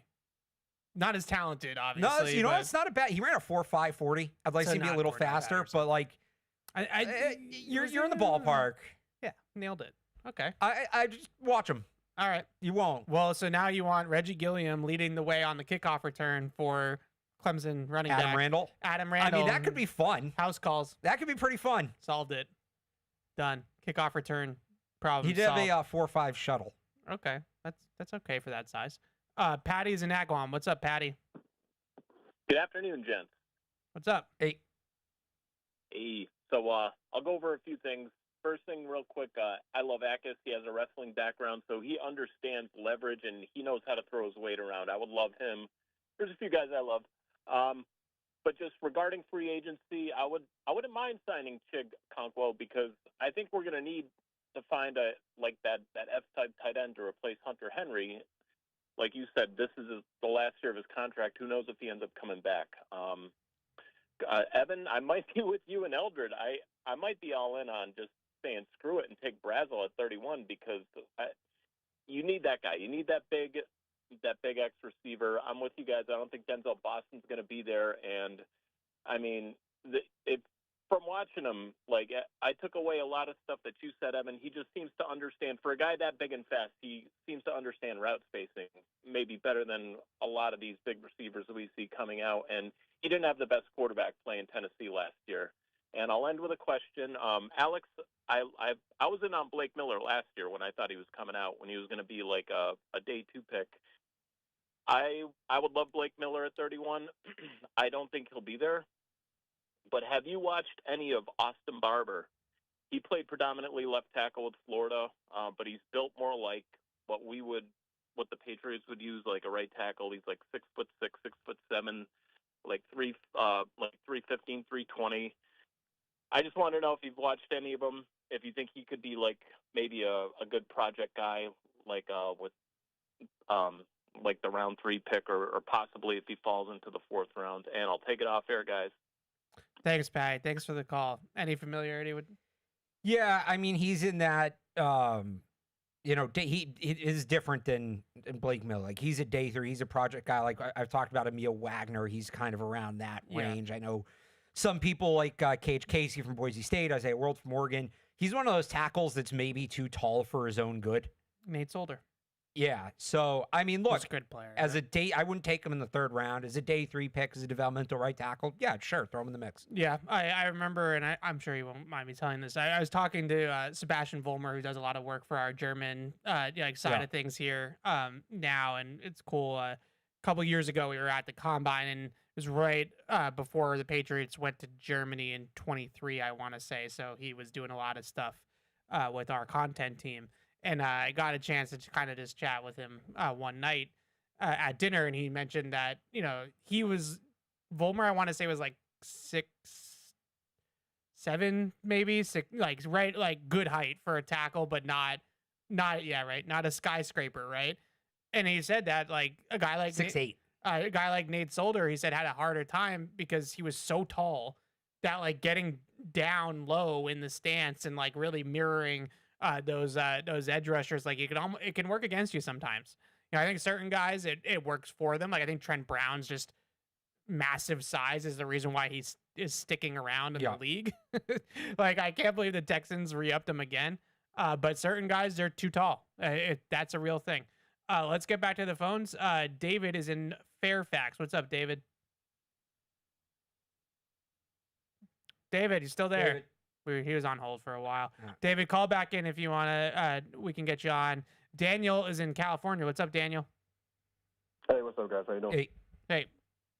So sorry if you guys already talked about this. I'm like just joining right now. But with the whole Romeo Doubs signing, I've just been like on Twitter and all that, just seeing a lot of like reports. I think Karen was one of them. Just saying that necessarily doesn't mean that we're out on AJ Brown. I understand like the whole June 1st situation, and but my question is like, do you think this actually like is the Romeo Doubs thing? Does it give us more leverage in these negotiations? And like as things stand right now, you have to like put money on it. Do you think AJ Brown will be an Eagle on opening day? And I can just take it off there, I guess. Yeah, Daniel, thanks for the call. I don't know if it gives them any more leverage. I think it doesn't hurt. No, it makes them a little bit less desperate, maybe, but AJ Brown's a really great player that's going to have high trade value, and it's going to be a substantial trade regardless, in my opinion. I bring up the June 1st thing so often because to me this is the number one snag, other than the fact that the Eagles might not want to give away one of their best players. Taking that whole thing of it out of it. Let's just say, and this is purely speculative, but let's just say that the Eagles and the Patriots, the Eagles are ready to trade AJ Brown. The Patriots are ready to meet the asking price. They kind of have like a framework of a deal in mind, but the snag is the contract. And I think that's really what it all boils down to, whether or not this is going to happen or not. I'm pretty sure I have the numbers right.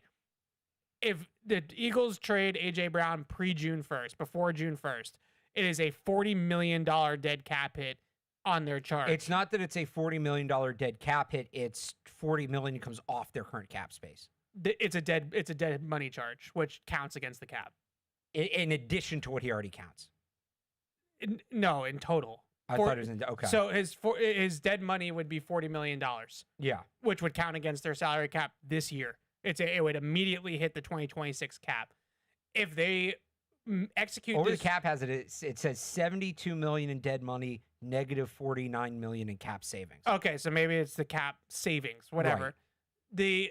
If they do it post June 1, they can split it over 2 years. They can separate it over 2 seasons. Right.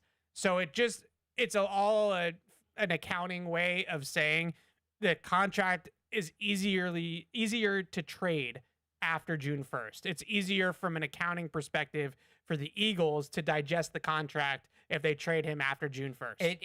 It's extreme to the point, based on the reporting I saw, that they really wouldn't have been able to do free agency if they traded AJ Brown because of salary implications. Now they could. There's always ways around it. They could restructure contracts. They could advance salary. They could do all the fancy things that teams do to circumvent that.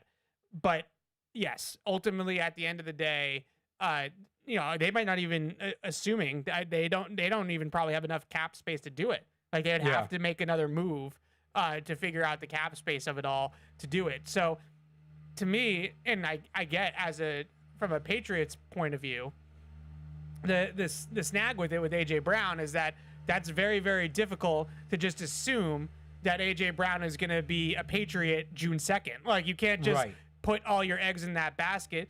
We just saw this, to an extent with Max Crosby, like trades fall through, other teams jump in. Like you might think you have a handshake agreement with Howie Roseman and the Eagles, but when, the draft passes and some team misses on their wide receiver target in the draft, and now all of a sudden they come back to revisiting the AJ Brown thing, and here we go, right? Like now it's a higher asking price, or you're in a bidding war or something like that. It's very difficult to just put all your eggs in that basket if you're the Patriots, but if you're the Eagles, it's very difficult to trade him now. So this is a trade that if it does go down, you would think would probably go down sometime in August, like right before training camp, similar timing to like Micah Parsons last year with the Cowboys, which again is, if you're the Patriots, like, are you willing to roll the dice that you might go into next season not with AJ Brown? And also, like that, if you're negotiating for the Patriots, now the Eagles are losing leverage because he's worth less, having not been having not gone through your offseason program, having not had all that time to work with Drake May, Yeah. all of that, not being in your building. I'm not giving up the same for AJ Brown in August that I am in April. Absolutely not. Yeah, it's tough. Or even June. So, in June, he's already going to miss some time. He's going to miss some of OTAs, and mini camps usually in mid-June. So maybe if they got it done quick, he could be back for that. I wouldn't give up a first for him in August. Absolutely not. Yeah, it's tough. It's a tough trade. I think that there's interest from both sides, both from the Patriots side to trade for AJ Brown and the Eagles side to move AJ Brown. But it's just an accounting thing that I know is like kind of, gives you a popsicle headache trying to think of all the numbers and stuff like that. But it is what it is. A couple of emails here that I wanted to get to that I thought were good, and we'll keep on taking these phone calls. Lots of phone calls today. That's what free agency. It's an off-season show. This is what free agency does for you. So I wanted to read this email from Chris in Maine because I get this question a lot, or this point made to me a lot about Kayshon Boutte and his role and his usage. I get a lot of pushback, a lot of emails about Kayshon Boutte being more of a Z receiver than an X receiver. And I don't want to get too bogged down in the XZ slot of it all, but essentially what we're talking about is a guy that typically aligns at X, would be on the line of scrimmage on the backside of the formation. Yep. A Z receiver is a guy that's moving around, right? He's playing a little slot. He's playing a little outside. He's playing kind of a hybrid X and slot. Yeah, he's playing off the line of scrimmage so that he can move around the formation. The thing is about that is that we're kind of going back, in my opinion, with Kayshon Boutte to LSU Kayshon Boutte when we say that. There's no doubt that early on in his career, like his freshman breakout at LSU, definitely profiled more as like a power slot, like kind of not the same, but not as dissimilar as like an AJ Brown type, right? That was going to catch and run with the football and be big and strong and all that after stuff. that year was Deebo Samuel. Sure. Like something like that. That's a true catch and run artist. I don't see that kind of play speed in Kayshon Boutte anymore post his, freak ankle injury at LSU. And so I hear this a lot, that that's his natural position. The Patriots have been playing at him position, yada, yada, yada. The other thing that I would go back to is, and maybe this is out of necessity, you could make that argument, but in 2023, Bill O'Brien decided to develop him as an X, and Bill Belichick. In 2024, Gerard Mayo and Alex Van Pelt, which I know who I'm talking about, but Gerard Mayo and Alex Van Pelt played him at the X. In 2025, Mike Vrabel and Josh McDaniels played him at the X. So until an NFL coaching staff looks at Kayshon Boutte and tells me we actually see him more as a hybrid player and more as a Z, I just don't see that. I think his best trait right now is winning the ball down the field. So is he the kind of X receiver that you think they want with Drake May long term? No, not, and that's not a knock on Kayshon Boutte. No, it's I'm talking stylistically. I think that there's a lot of things that I like about his game that fit with Drake May, mostly the catch point stuff and his ability to win the football. Use his frame and his size to he kind of does that like slingshot thing where he kind of wins late with the ball in the air, and then he also has a good strong hands at the catch point. Obviously we saw the one-handed catch against the Texans is just sick, right? He makes plays like that on the football. But I think that ideally... Michael Clemens to the Colts, by the way. I think ideally you get a little bit more speed in that role, right? Like somebody that has a little bit more get up and go in that type of role. I hear what people are saying about that's what he looked like in college. He certainly does not have the downfield, like third-level burner speed that would suggest that he'd be a great outside receiver. I just, again, 3 different coaching staffs and 2 or 3, no offense to AVP, that I really respect them as like offensive minds, and Bill O'Brien and Josh McDaniels telling me that this is where we're playing him. Right. So I just don't see that. Now, the other part of it with Chris is in this email is he mentions Kyle Williams as more of like a Z receiver than a pure X. I can get behind that one a little bit more. Because I do think that he has like the twitch and the suddenness as a separator, especially against man coverage, to be able to maybe be a little bit better off inside. And he's not the biggest of guys, right, to be playing on the boundary all the time. The issue with him is route conversions. Like he's just not there yet in terms of reading coverage and changing, routes on the fly. to the point where he's going to be in the right places all the time. And that's a big part of playing inside in this offense. That's the part of playing inside in this offense is, can you read coverage? Can you understand man versus zone? Can you understand leverage, where openings are? All those nuances are what made the guys that have been great here in that role great. I don't know if that's Kyle Williams. I agree that he moves more like that as an athlete. I just don't know if he's going to get there between the ears to be able to play that kind of role. The other names that he mentioned were just, BTJ, which, I think Schefter tried his best to pour cold water on that rumor of him being available. Are you kind of taking him at his word in terms of Schefter and saying if he's available, you trade a 31st pick for him, I would do that today. Yeah. But I don't think that never made sense to me why he was available. Yeah. So the news in the NFL, I guess we should probably talk a little bit about this. Just going through some of these emails. The news in the NFL the last 12 hours has been Max Crosby, and we mentioned it a couple times today. But this is from Dave in Maine. He just wants our take on it. Like, do we think Max Crosby really failed his physical? Do we think that they got cold feet? They pivoted to Trey Hendrickson awfully quick. This one smells a little bit, Alex. It does. It smells a little bit. Not unprecedented, but uncommon. Like, I think that's pretty fair to say. Like, it doesn't happen every year. Right. That's something like this. What do you think happened with Max Crosby? Yeah, I mean, you just look at how the timeline kind of played out. Certainly looks weird.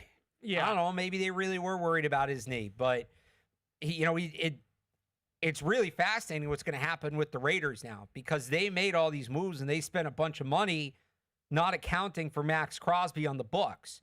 Well, now Max Crosby's back on the books, and they say that they're committed to paying all their free agents that they signed, and they're going to keep Crosby. I don't know if they have the room to do that, if they're going to have to renegotiate contracts, if they're going to have to trade somebody else. But, and then you look at if this does change the situation for other players, does that open up opportunities for teams around the league? Like, this thing could be, we're just getting started here. This thing could be a real mess. Yeah. Now, it sounds like the Raiders have the ability to go through with their free agent, because they've spent a crap ton of money in free agency. They had a Patriot level free agency, meaning last year's Patriot free agency spending spree. Tyler Linderbaum, like massive contracts. It sounds like they're still able to make that work financially for the time being. But that's $30 million in cap space they were planning on having, and not just cap space, but cash on hand. Yeah. Yeah. Like, they weren't planning on paying Max Crosby, and now they have to. They have to, I would think, still facilitate a trade, and not every team is going to handle the injury the same. Right. So some teams will overlook it and say, sure. I remember famously Bill Belichick's told the story about Randy Moss and that trade a million times and how quickly that had to come together. And he had to pass his physical. And Bill Belichick was just like, yeah, we got him into the room. Doctor, I said to the doctor, he's good, right? The doctor said, yep. And that was it. So there's different levels of physical. Now, this one, though, to me, does smell a little bit. Like, I think Trey Hendrickson, maybe the market kind of dwindled on him. The number got lower and lower. They're like, instead of trading our 2 first-round picks, like, I don't think Trey Hendrickson's as good as Max Crosby, but is he like 85 to 90% as good? There's also the irony of they backed out of the Max Crosby deal because of the physical. Yes. And now you go sign a guy who's in his mid-30s. Yeah. Who's coming off a hip injury. Yeah. To a 4-year deal. And I haven't seen the details on the contract. I doubt there's guaranteed money in all 4 years, but you're not doing a 4-year deal with 1 year money guaranteed. Yeah. So got a little bit of cold feet. I was surprised they gave Hendrickson 4 years. Yeah, me too. This is from Rick in Riverside, Rhode Island. This is a good question because you mentioned Blake Miller earlier as kind of a luxury pick. If the Patriots get to the draft, and they might be in a position, they have 11 draft picks. Now, not all of those have a ton of value, let's be honest. 4 6-round picks is not going to get you much. Yeah, but you can use them to help move up. Is there a world where you would trade up in the first round to target a player? And he asked, if you would, who would that player be? How high up would you go? Not high. I still don't want to see them. I still want to see them make 3 top 100 picks. And it's even fringy on that one at 96, right? So I feel like if you're trading up, you're giving up something in 2027 to make it happen. I don't love that either. because I don't think you have enough capital. I mean, I guess you could trade like your first, second, and third round pick of this year's draft, but you know what I mean? Like, to really do the math, if you're going to move up, I'm assuming we're not, sorry to cut you off. I'm assuming we're not talking about moving up 3 slots here. Well, we're talking okay, about so that's what I was going to say. I go like back half to the round or something. When the Patriots moved up or moved back for Gonzalez in 23, it was a first and a fourth to move up 3 spots. You know, they have the 2 fourths. Would I consider using one of them to do something like that? I don't think that that's unfair. That's probably as far as I go. Now, moving up those 3 or 4 spots could matter, right? If you're in the market for a receiver, the Chiefs at 29, the Chiefs are now there at 29. That might be a wide receiver team. If you're in the market for a tackle, the Niners at 27, the Chiefs at 29. Like, you might be trying to jump teams. You want to get really aggressive. The Bills at 26 could be a receiver team. I don't know that you're trading above 25. That's even getting expensive. Again, it was a first and a fourth to move up 3 spots, but that was 14 to 17. Yep. What is that? You can pull up the trade chart and tell you later in the round that's going to move you a little further.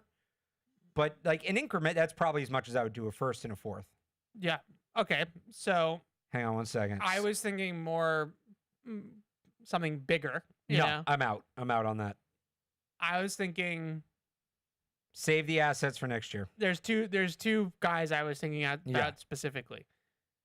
One is one of like a Jordan Tyson or Mekhi Lemon or Carnell Tate. By the way, trading your first and according to the trade chart, your first and your higher fourth gets you to 27.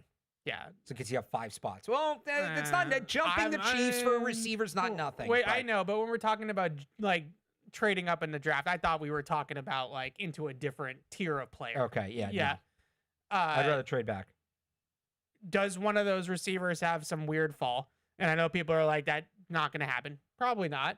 But I don't know, like Justin Jefferson fell to like 22. You know, CeeDee Lamb was like the 18th pick in the draft or 19 or whatever. Like it's not inconceivable.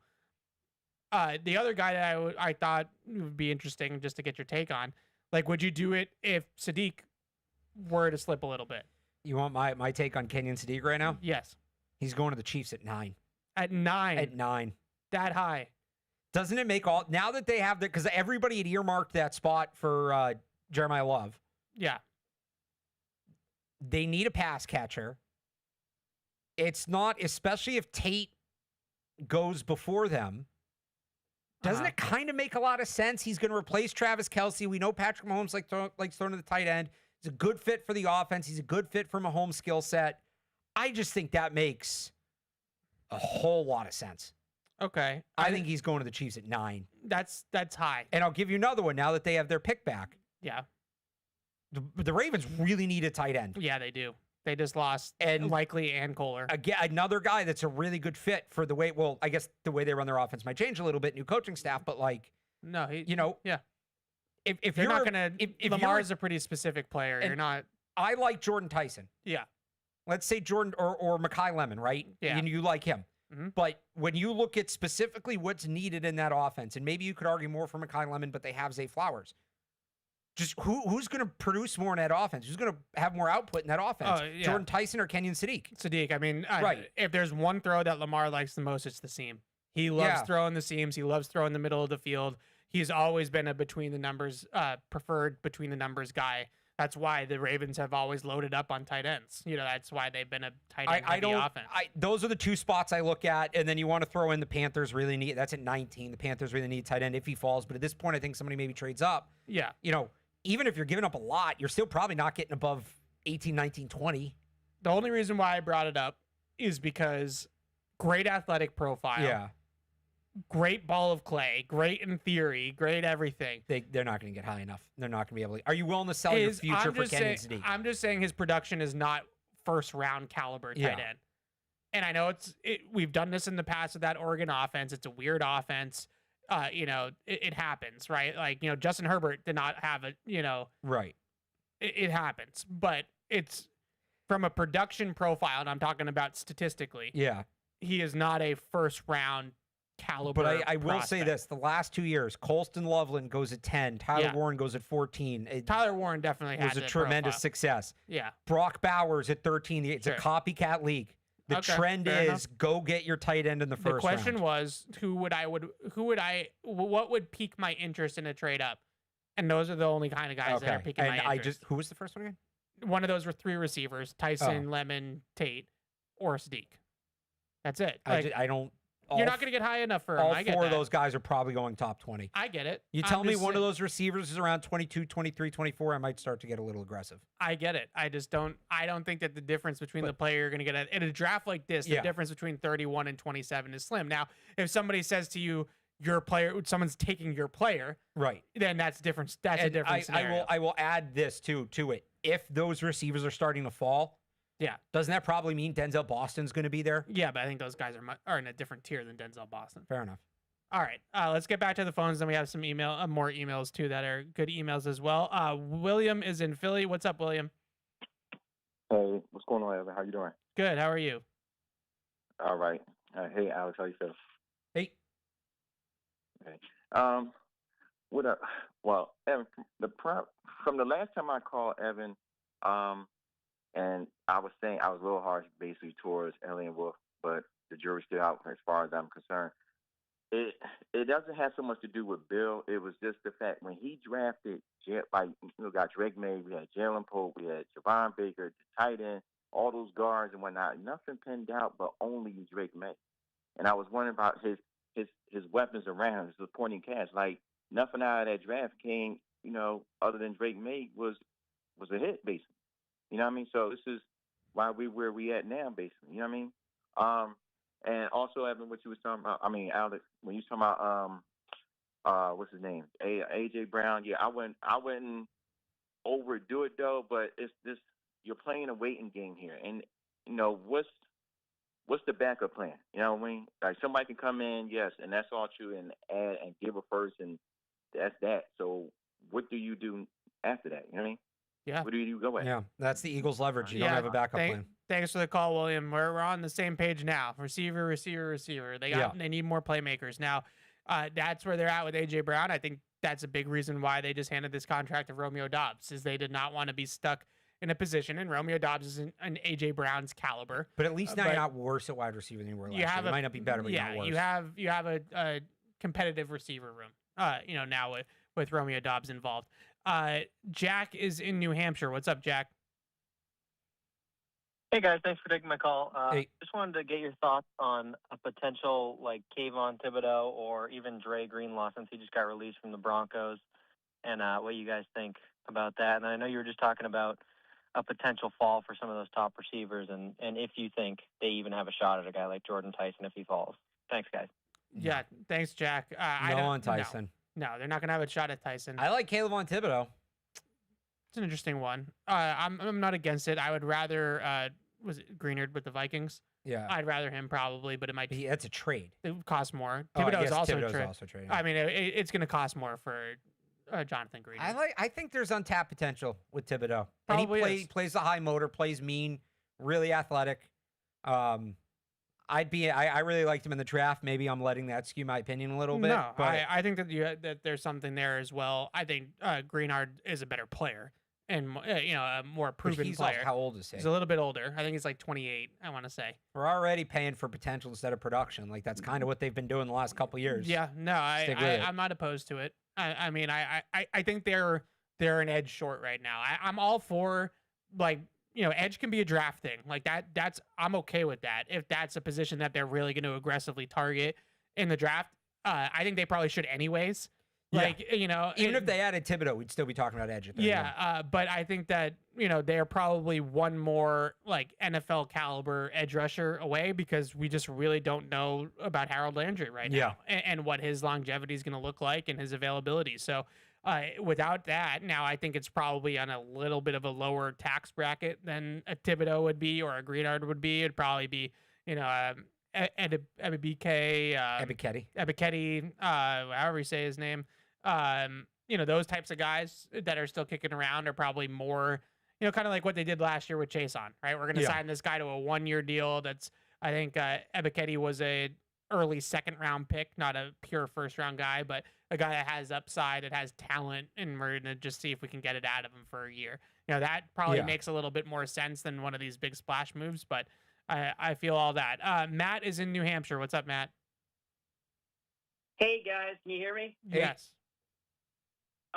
So quick question. I didn't hear you mention him when you were talking about pick 31 earlier. I know we've been talking about wide receivers a lot, but I am curious. What do you guys think of edge TJ Parker at 31? I know we're all talking about wide receiver and everything, but in the event that price does come down on A.J. Brown and we give up like this year's second and next year's second and we still have this year's first, I think TJ Parker would be a great fit. Seems like somebody Vrabel would like, somebody you can rehabilitate. I know he didn't play at all in 2024, but the previous season he was looking like a top 10 pick. So I'm just curious to hear you guys' thoughts on that. Thanks again. Yeah, thanks for the call, Matt. When I first watched TJ Parker, edge rusher out of Clemson, who's definitely in this cluster. Like he's in this 31 also, cluster. He did play in 24. Who did? Yeah, Parker. Oh, okay. I thought the college they didn't, just to be clear. Anyways, when I first watched him, I thought he was a little bit stiffer than some of these other guys. Like we're, I think, both gravitating, but me, just talking about me specifically. Guys like Mesidor, guys like Cassius Howell that have a little bit more bend, a little bit more explosiveness to him. TJ Parker is more, in my opinion, like a power-oriented player, a little bit more physical at the point of attack, kind of wins with power, wins with bull rush, sets the edge, like that sort of thing.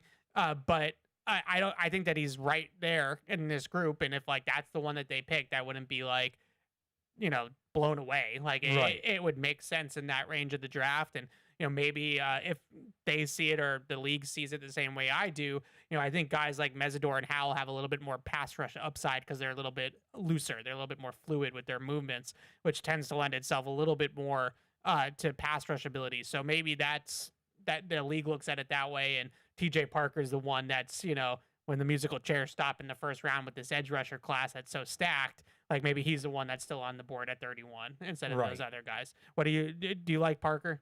Yeah, I'm kind of with you. Like, I don't think he's at the top of my list for 31, but he's a solid player. He's one of these guys that, what do you believe more? That he's the player he was in 2024, which was a unquestionable first-round pick, or, and then he took a step back in 25. Was that just because Clemson took a step back and he got dragged down by the program, or was 24 an anomaly? Yeah. And he maybe punched above his weight. So I really liked what he did in 24. I think he got dragged down by the Clemson program a little bit.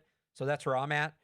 So yeah, I mean, he'd be a legit ad. You hate that Clemson program. They were not good last year. You just hate it. No, this is personal for you. You don't like, I do. It is true. I do not like Clemson, but I've liked Clemson guys in the draft before. And they went 7-6. You hate Dabo Sweeney though. Just admit it. It's okay. I'm not a fan of Clemson. Not one of the teams I generally root for. That's such a diplomatic way of saying it. You really don't like Clemson. But they were not good last year. Okay, fair enough. A couple of same thing happened with the Penn State guys. That's true. Couple more emails here, and then we can wrap it up maybe with a couple more things on free agency. But there's some people that mentioned Chris Olave's name. I know that name has been kicking around. I think Romeo Doubs and him are a little bit redundant at this point. I would have liked Chris Olave though. Like I thought that was a viable suggestion. And I know New Orleans is kind of in this second year with a new head coach and sort of trying to change the complexion of the thing down there. This emailer sends out, Chris Olave, Brian Thomas Jr., Jordan Addison. Jordan Addison like always seems to get his name involved in these things because he's the other guy to Justin Jefferson in Minnesota. I don't know if there's any real credence to that. It just always seems to happen. At this point, I'm not sure if those guys are really it. Like I would have really liked Olave before the Romeo Doubs signing, but now I feel like they kind of don't need that type of player. No. Some Oscar Delp fans in there. Good player. Here's a question from Craig in Vegas. A couple different like kind of scenarios here. Okay. Looking at the people we signed, especially with Dobbs, do you think KC Concepcion is now completely out? And are we looking for more of Denzel Boston type at 31? I personally do. That's not inside information whatsoever, but I think we're kind of, they kind of filled the Z slot role, in my opinion, with Romeo Doubs. I think that's the role he's going to play. And they just gave him a decent amount of money to do it. So I think that's kind of tied up there right now in Romeo Doubs. To me, they need an outside guy for Drake May. And I know that people like Kayshon Boutte. Matt Collins did a decent job with the opportunities that he got playing that role, but a true bona fide like field stretching X receiver that Drake May can throw deep bombs to all the time. That's the guy that I'm looking for. I don't know if that's Denzel Boston, but I don't think that's like Omar Cooper Jr. or Casey Concepcion. No, I also don't think Casey's going to be there for them. But yeah, no, we're looking at the big outside guys at this point. Yep, agreed. On Max Crosby, it's just us. Do we think the Patriots would do anything with Max Crosby? Because I think the answer to that is probably no. Yeah. But just us. Would you re-engage with the Raiders on Max Crosby? He throws out a first and a third to the Raiders because it's a little bit lower than what they would have gotten. I'm not a doctor. I'd have to see the medicals. I don't know, like how bad is his knee?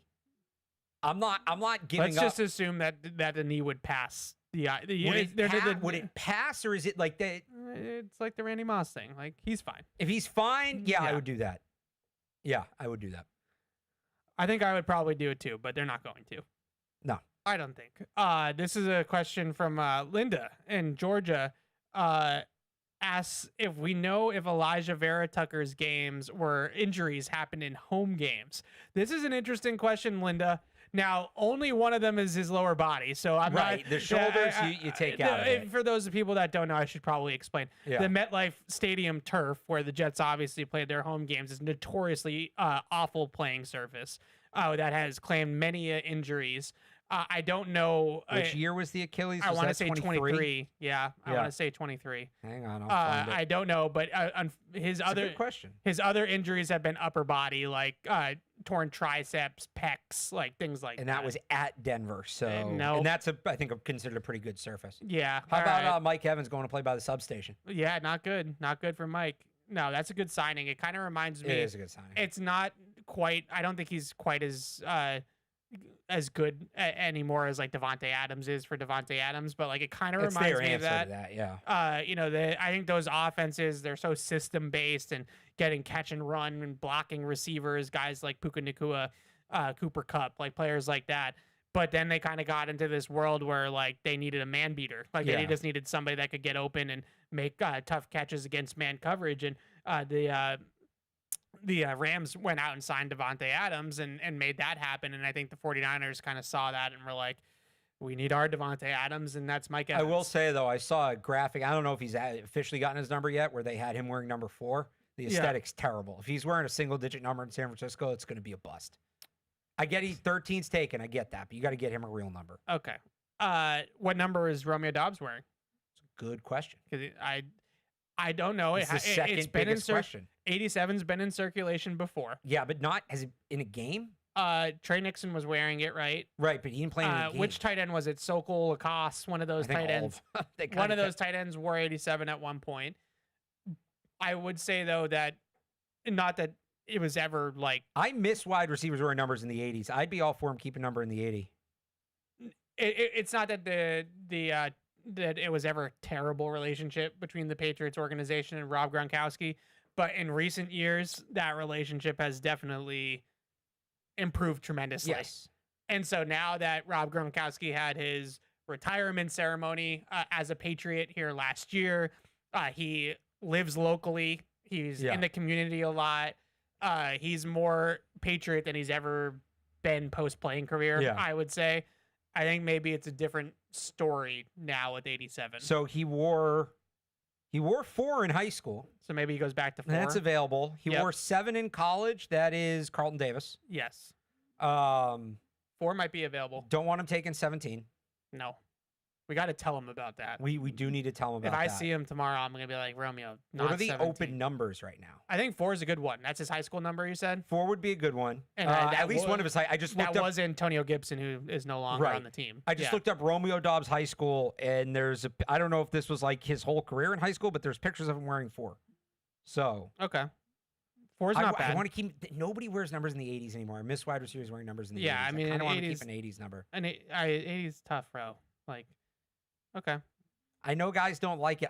Especially certain numbers, 80, 81, 85, 88, like those still hit. I know people say it doesn't have like aura or whatever, but what is available in the 80s right now? 80, 81, 83, 84, 87, 88. See him an 80. 80. Slot wide receiver wearing 80 for the Patriots. That works. Or 83, the Welker number. Yeah. That would play. Okay. But not at 87. Not 87. I don't know if we need to retire 87, but it needs to be retired. Like Andre Tippett Yeah, retired. soft retire. Yeah. Yeah. Four could play, though. Here's the better question. Okay. What number is Reggie Gilliam going to wear? Oh. The first two guys the Patriots signed both wore 41 last year, which is obviously taken. Yeah, I do kind of like a low 40 number for a fullback. 44. Yeah, it's a good fullback. I don't believe that's taken right now. It is not. Here's one more question, and we got one more call, then we got to wrap it up.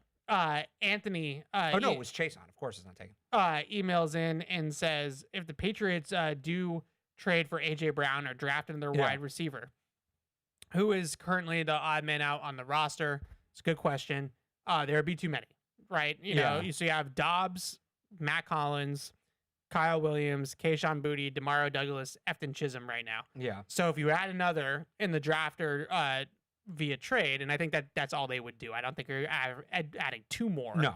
I mean, like, obviously, like an undrafted seventh round rookie, pick, whatever. right? Yeah. But another guy that's going to take up a roster spot, you're at 7. 7's too many.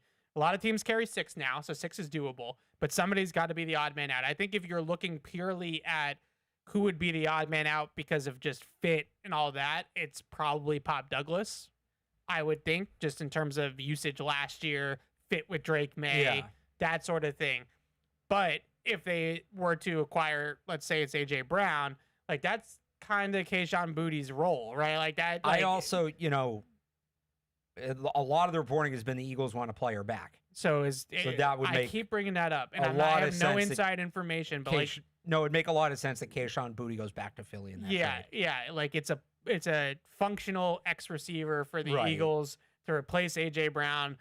It's a what do you drop think off, the Eagles would rather have, a third-round pick or Kayshon Boutte? I would rather have Kayshon Boutte. That's what I'm saying. If it saves really you the would. pick and you're going to have to move on from a receiver anyway. I don't know if Howie Roseman would, though. Howie Roseman loves his picks.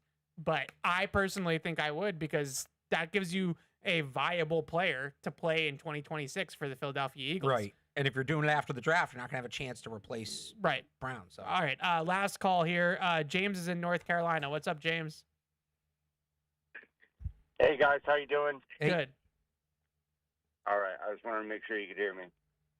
So I don't think enough is being said about movement in the draft, up or down.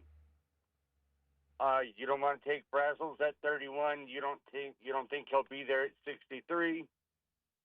Where do you think is a sweet spot to try and move to grab him before the next person that might want him?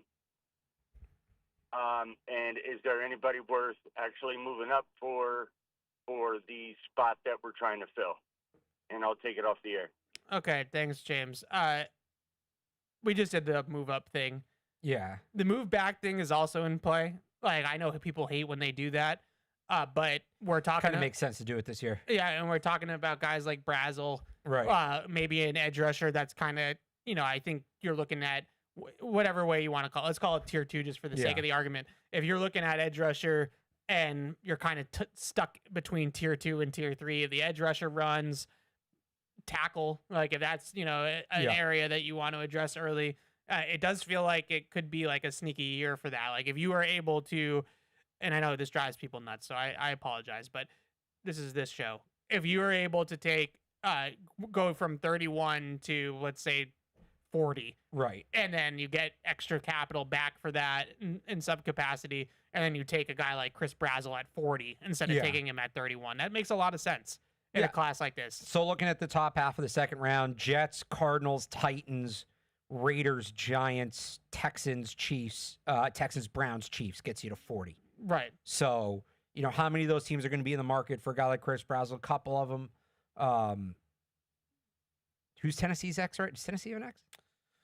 I don't know off the top of my head. Chamari DK's, like a slot. Yeah, so Tennessee could be one. Vegas has Dante Calvin Thornton. Ridley's still there, technically, right? Yeah, but I mean, so maybe the Jets. I don't think they're going to go wide receiver that high. The Cardinals probably aren't in that market. The Raiders have Dante Thornton. They already have this kind of player. Yeah. The Giants maybe, depending on where Malik Neighbors is at. Yeah, but are you going to Is he that much better? You're going to use the 36th pick on him? Probably not, but he's better. The Giants, maybe, depending on where Neighbors is at. Yeah. The Texans, probably not. They're pretty good at wide receiver. The Browns, maybe. So, I don't know. Maybe Tennessee's the team you swap with. You go from 31 to 35, and that probably earns you a third or fourth round pick. Yeah, like Cleveland makes sense just because, they need everything. They need everything. They need receivers, definitely. Yeah. And are they going receiver in the first round? If they don't, then they might be going. Titans have A.O. Manor. Yeah. Their wide receivers right now are A.O. Manor, Van Jefferson, Calvin Ridley, James Prochet. They added Wan'Dale Robinson, right? Chimere DK. Okay. Yeah. I'm not moved by that room, though. Like, if you're trying to really make Cam Ward happen and, really load that up. All right.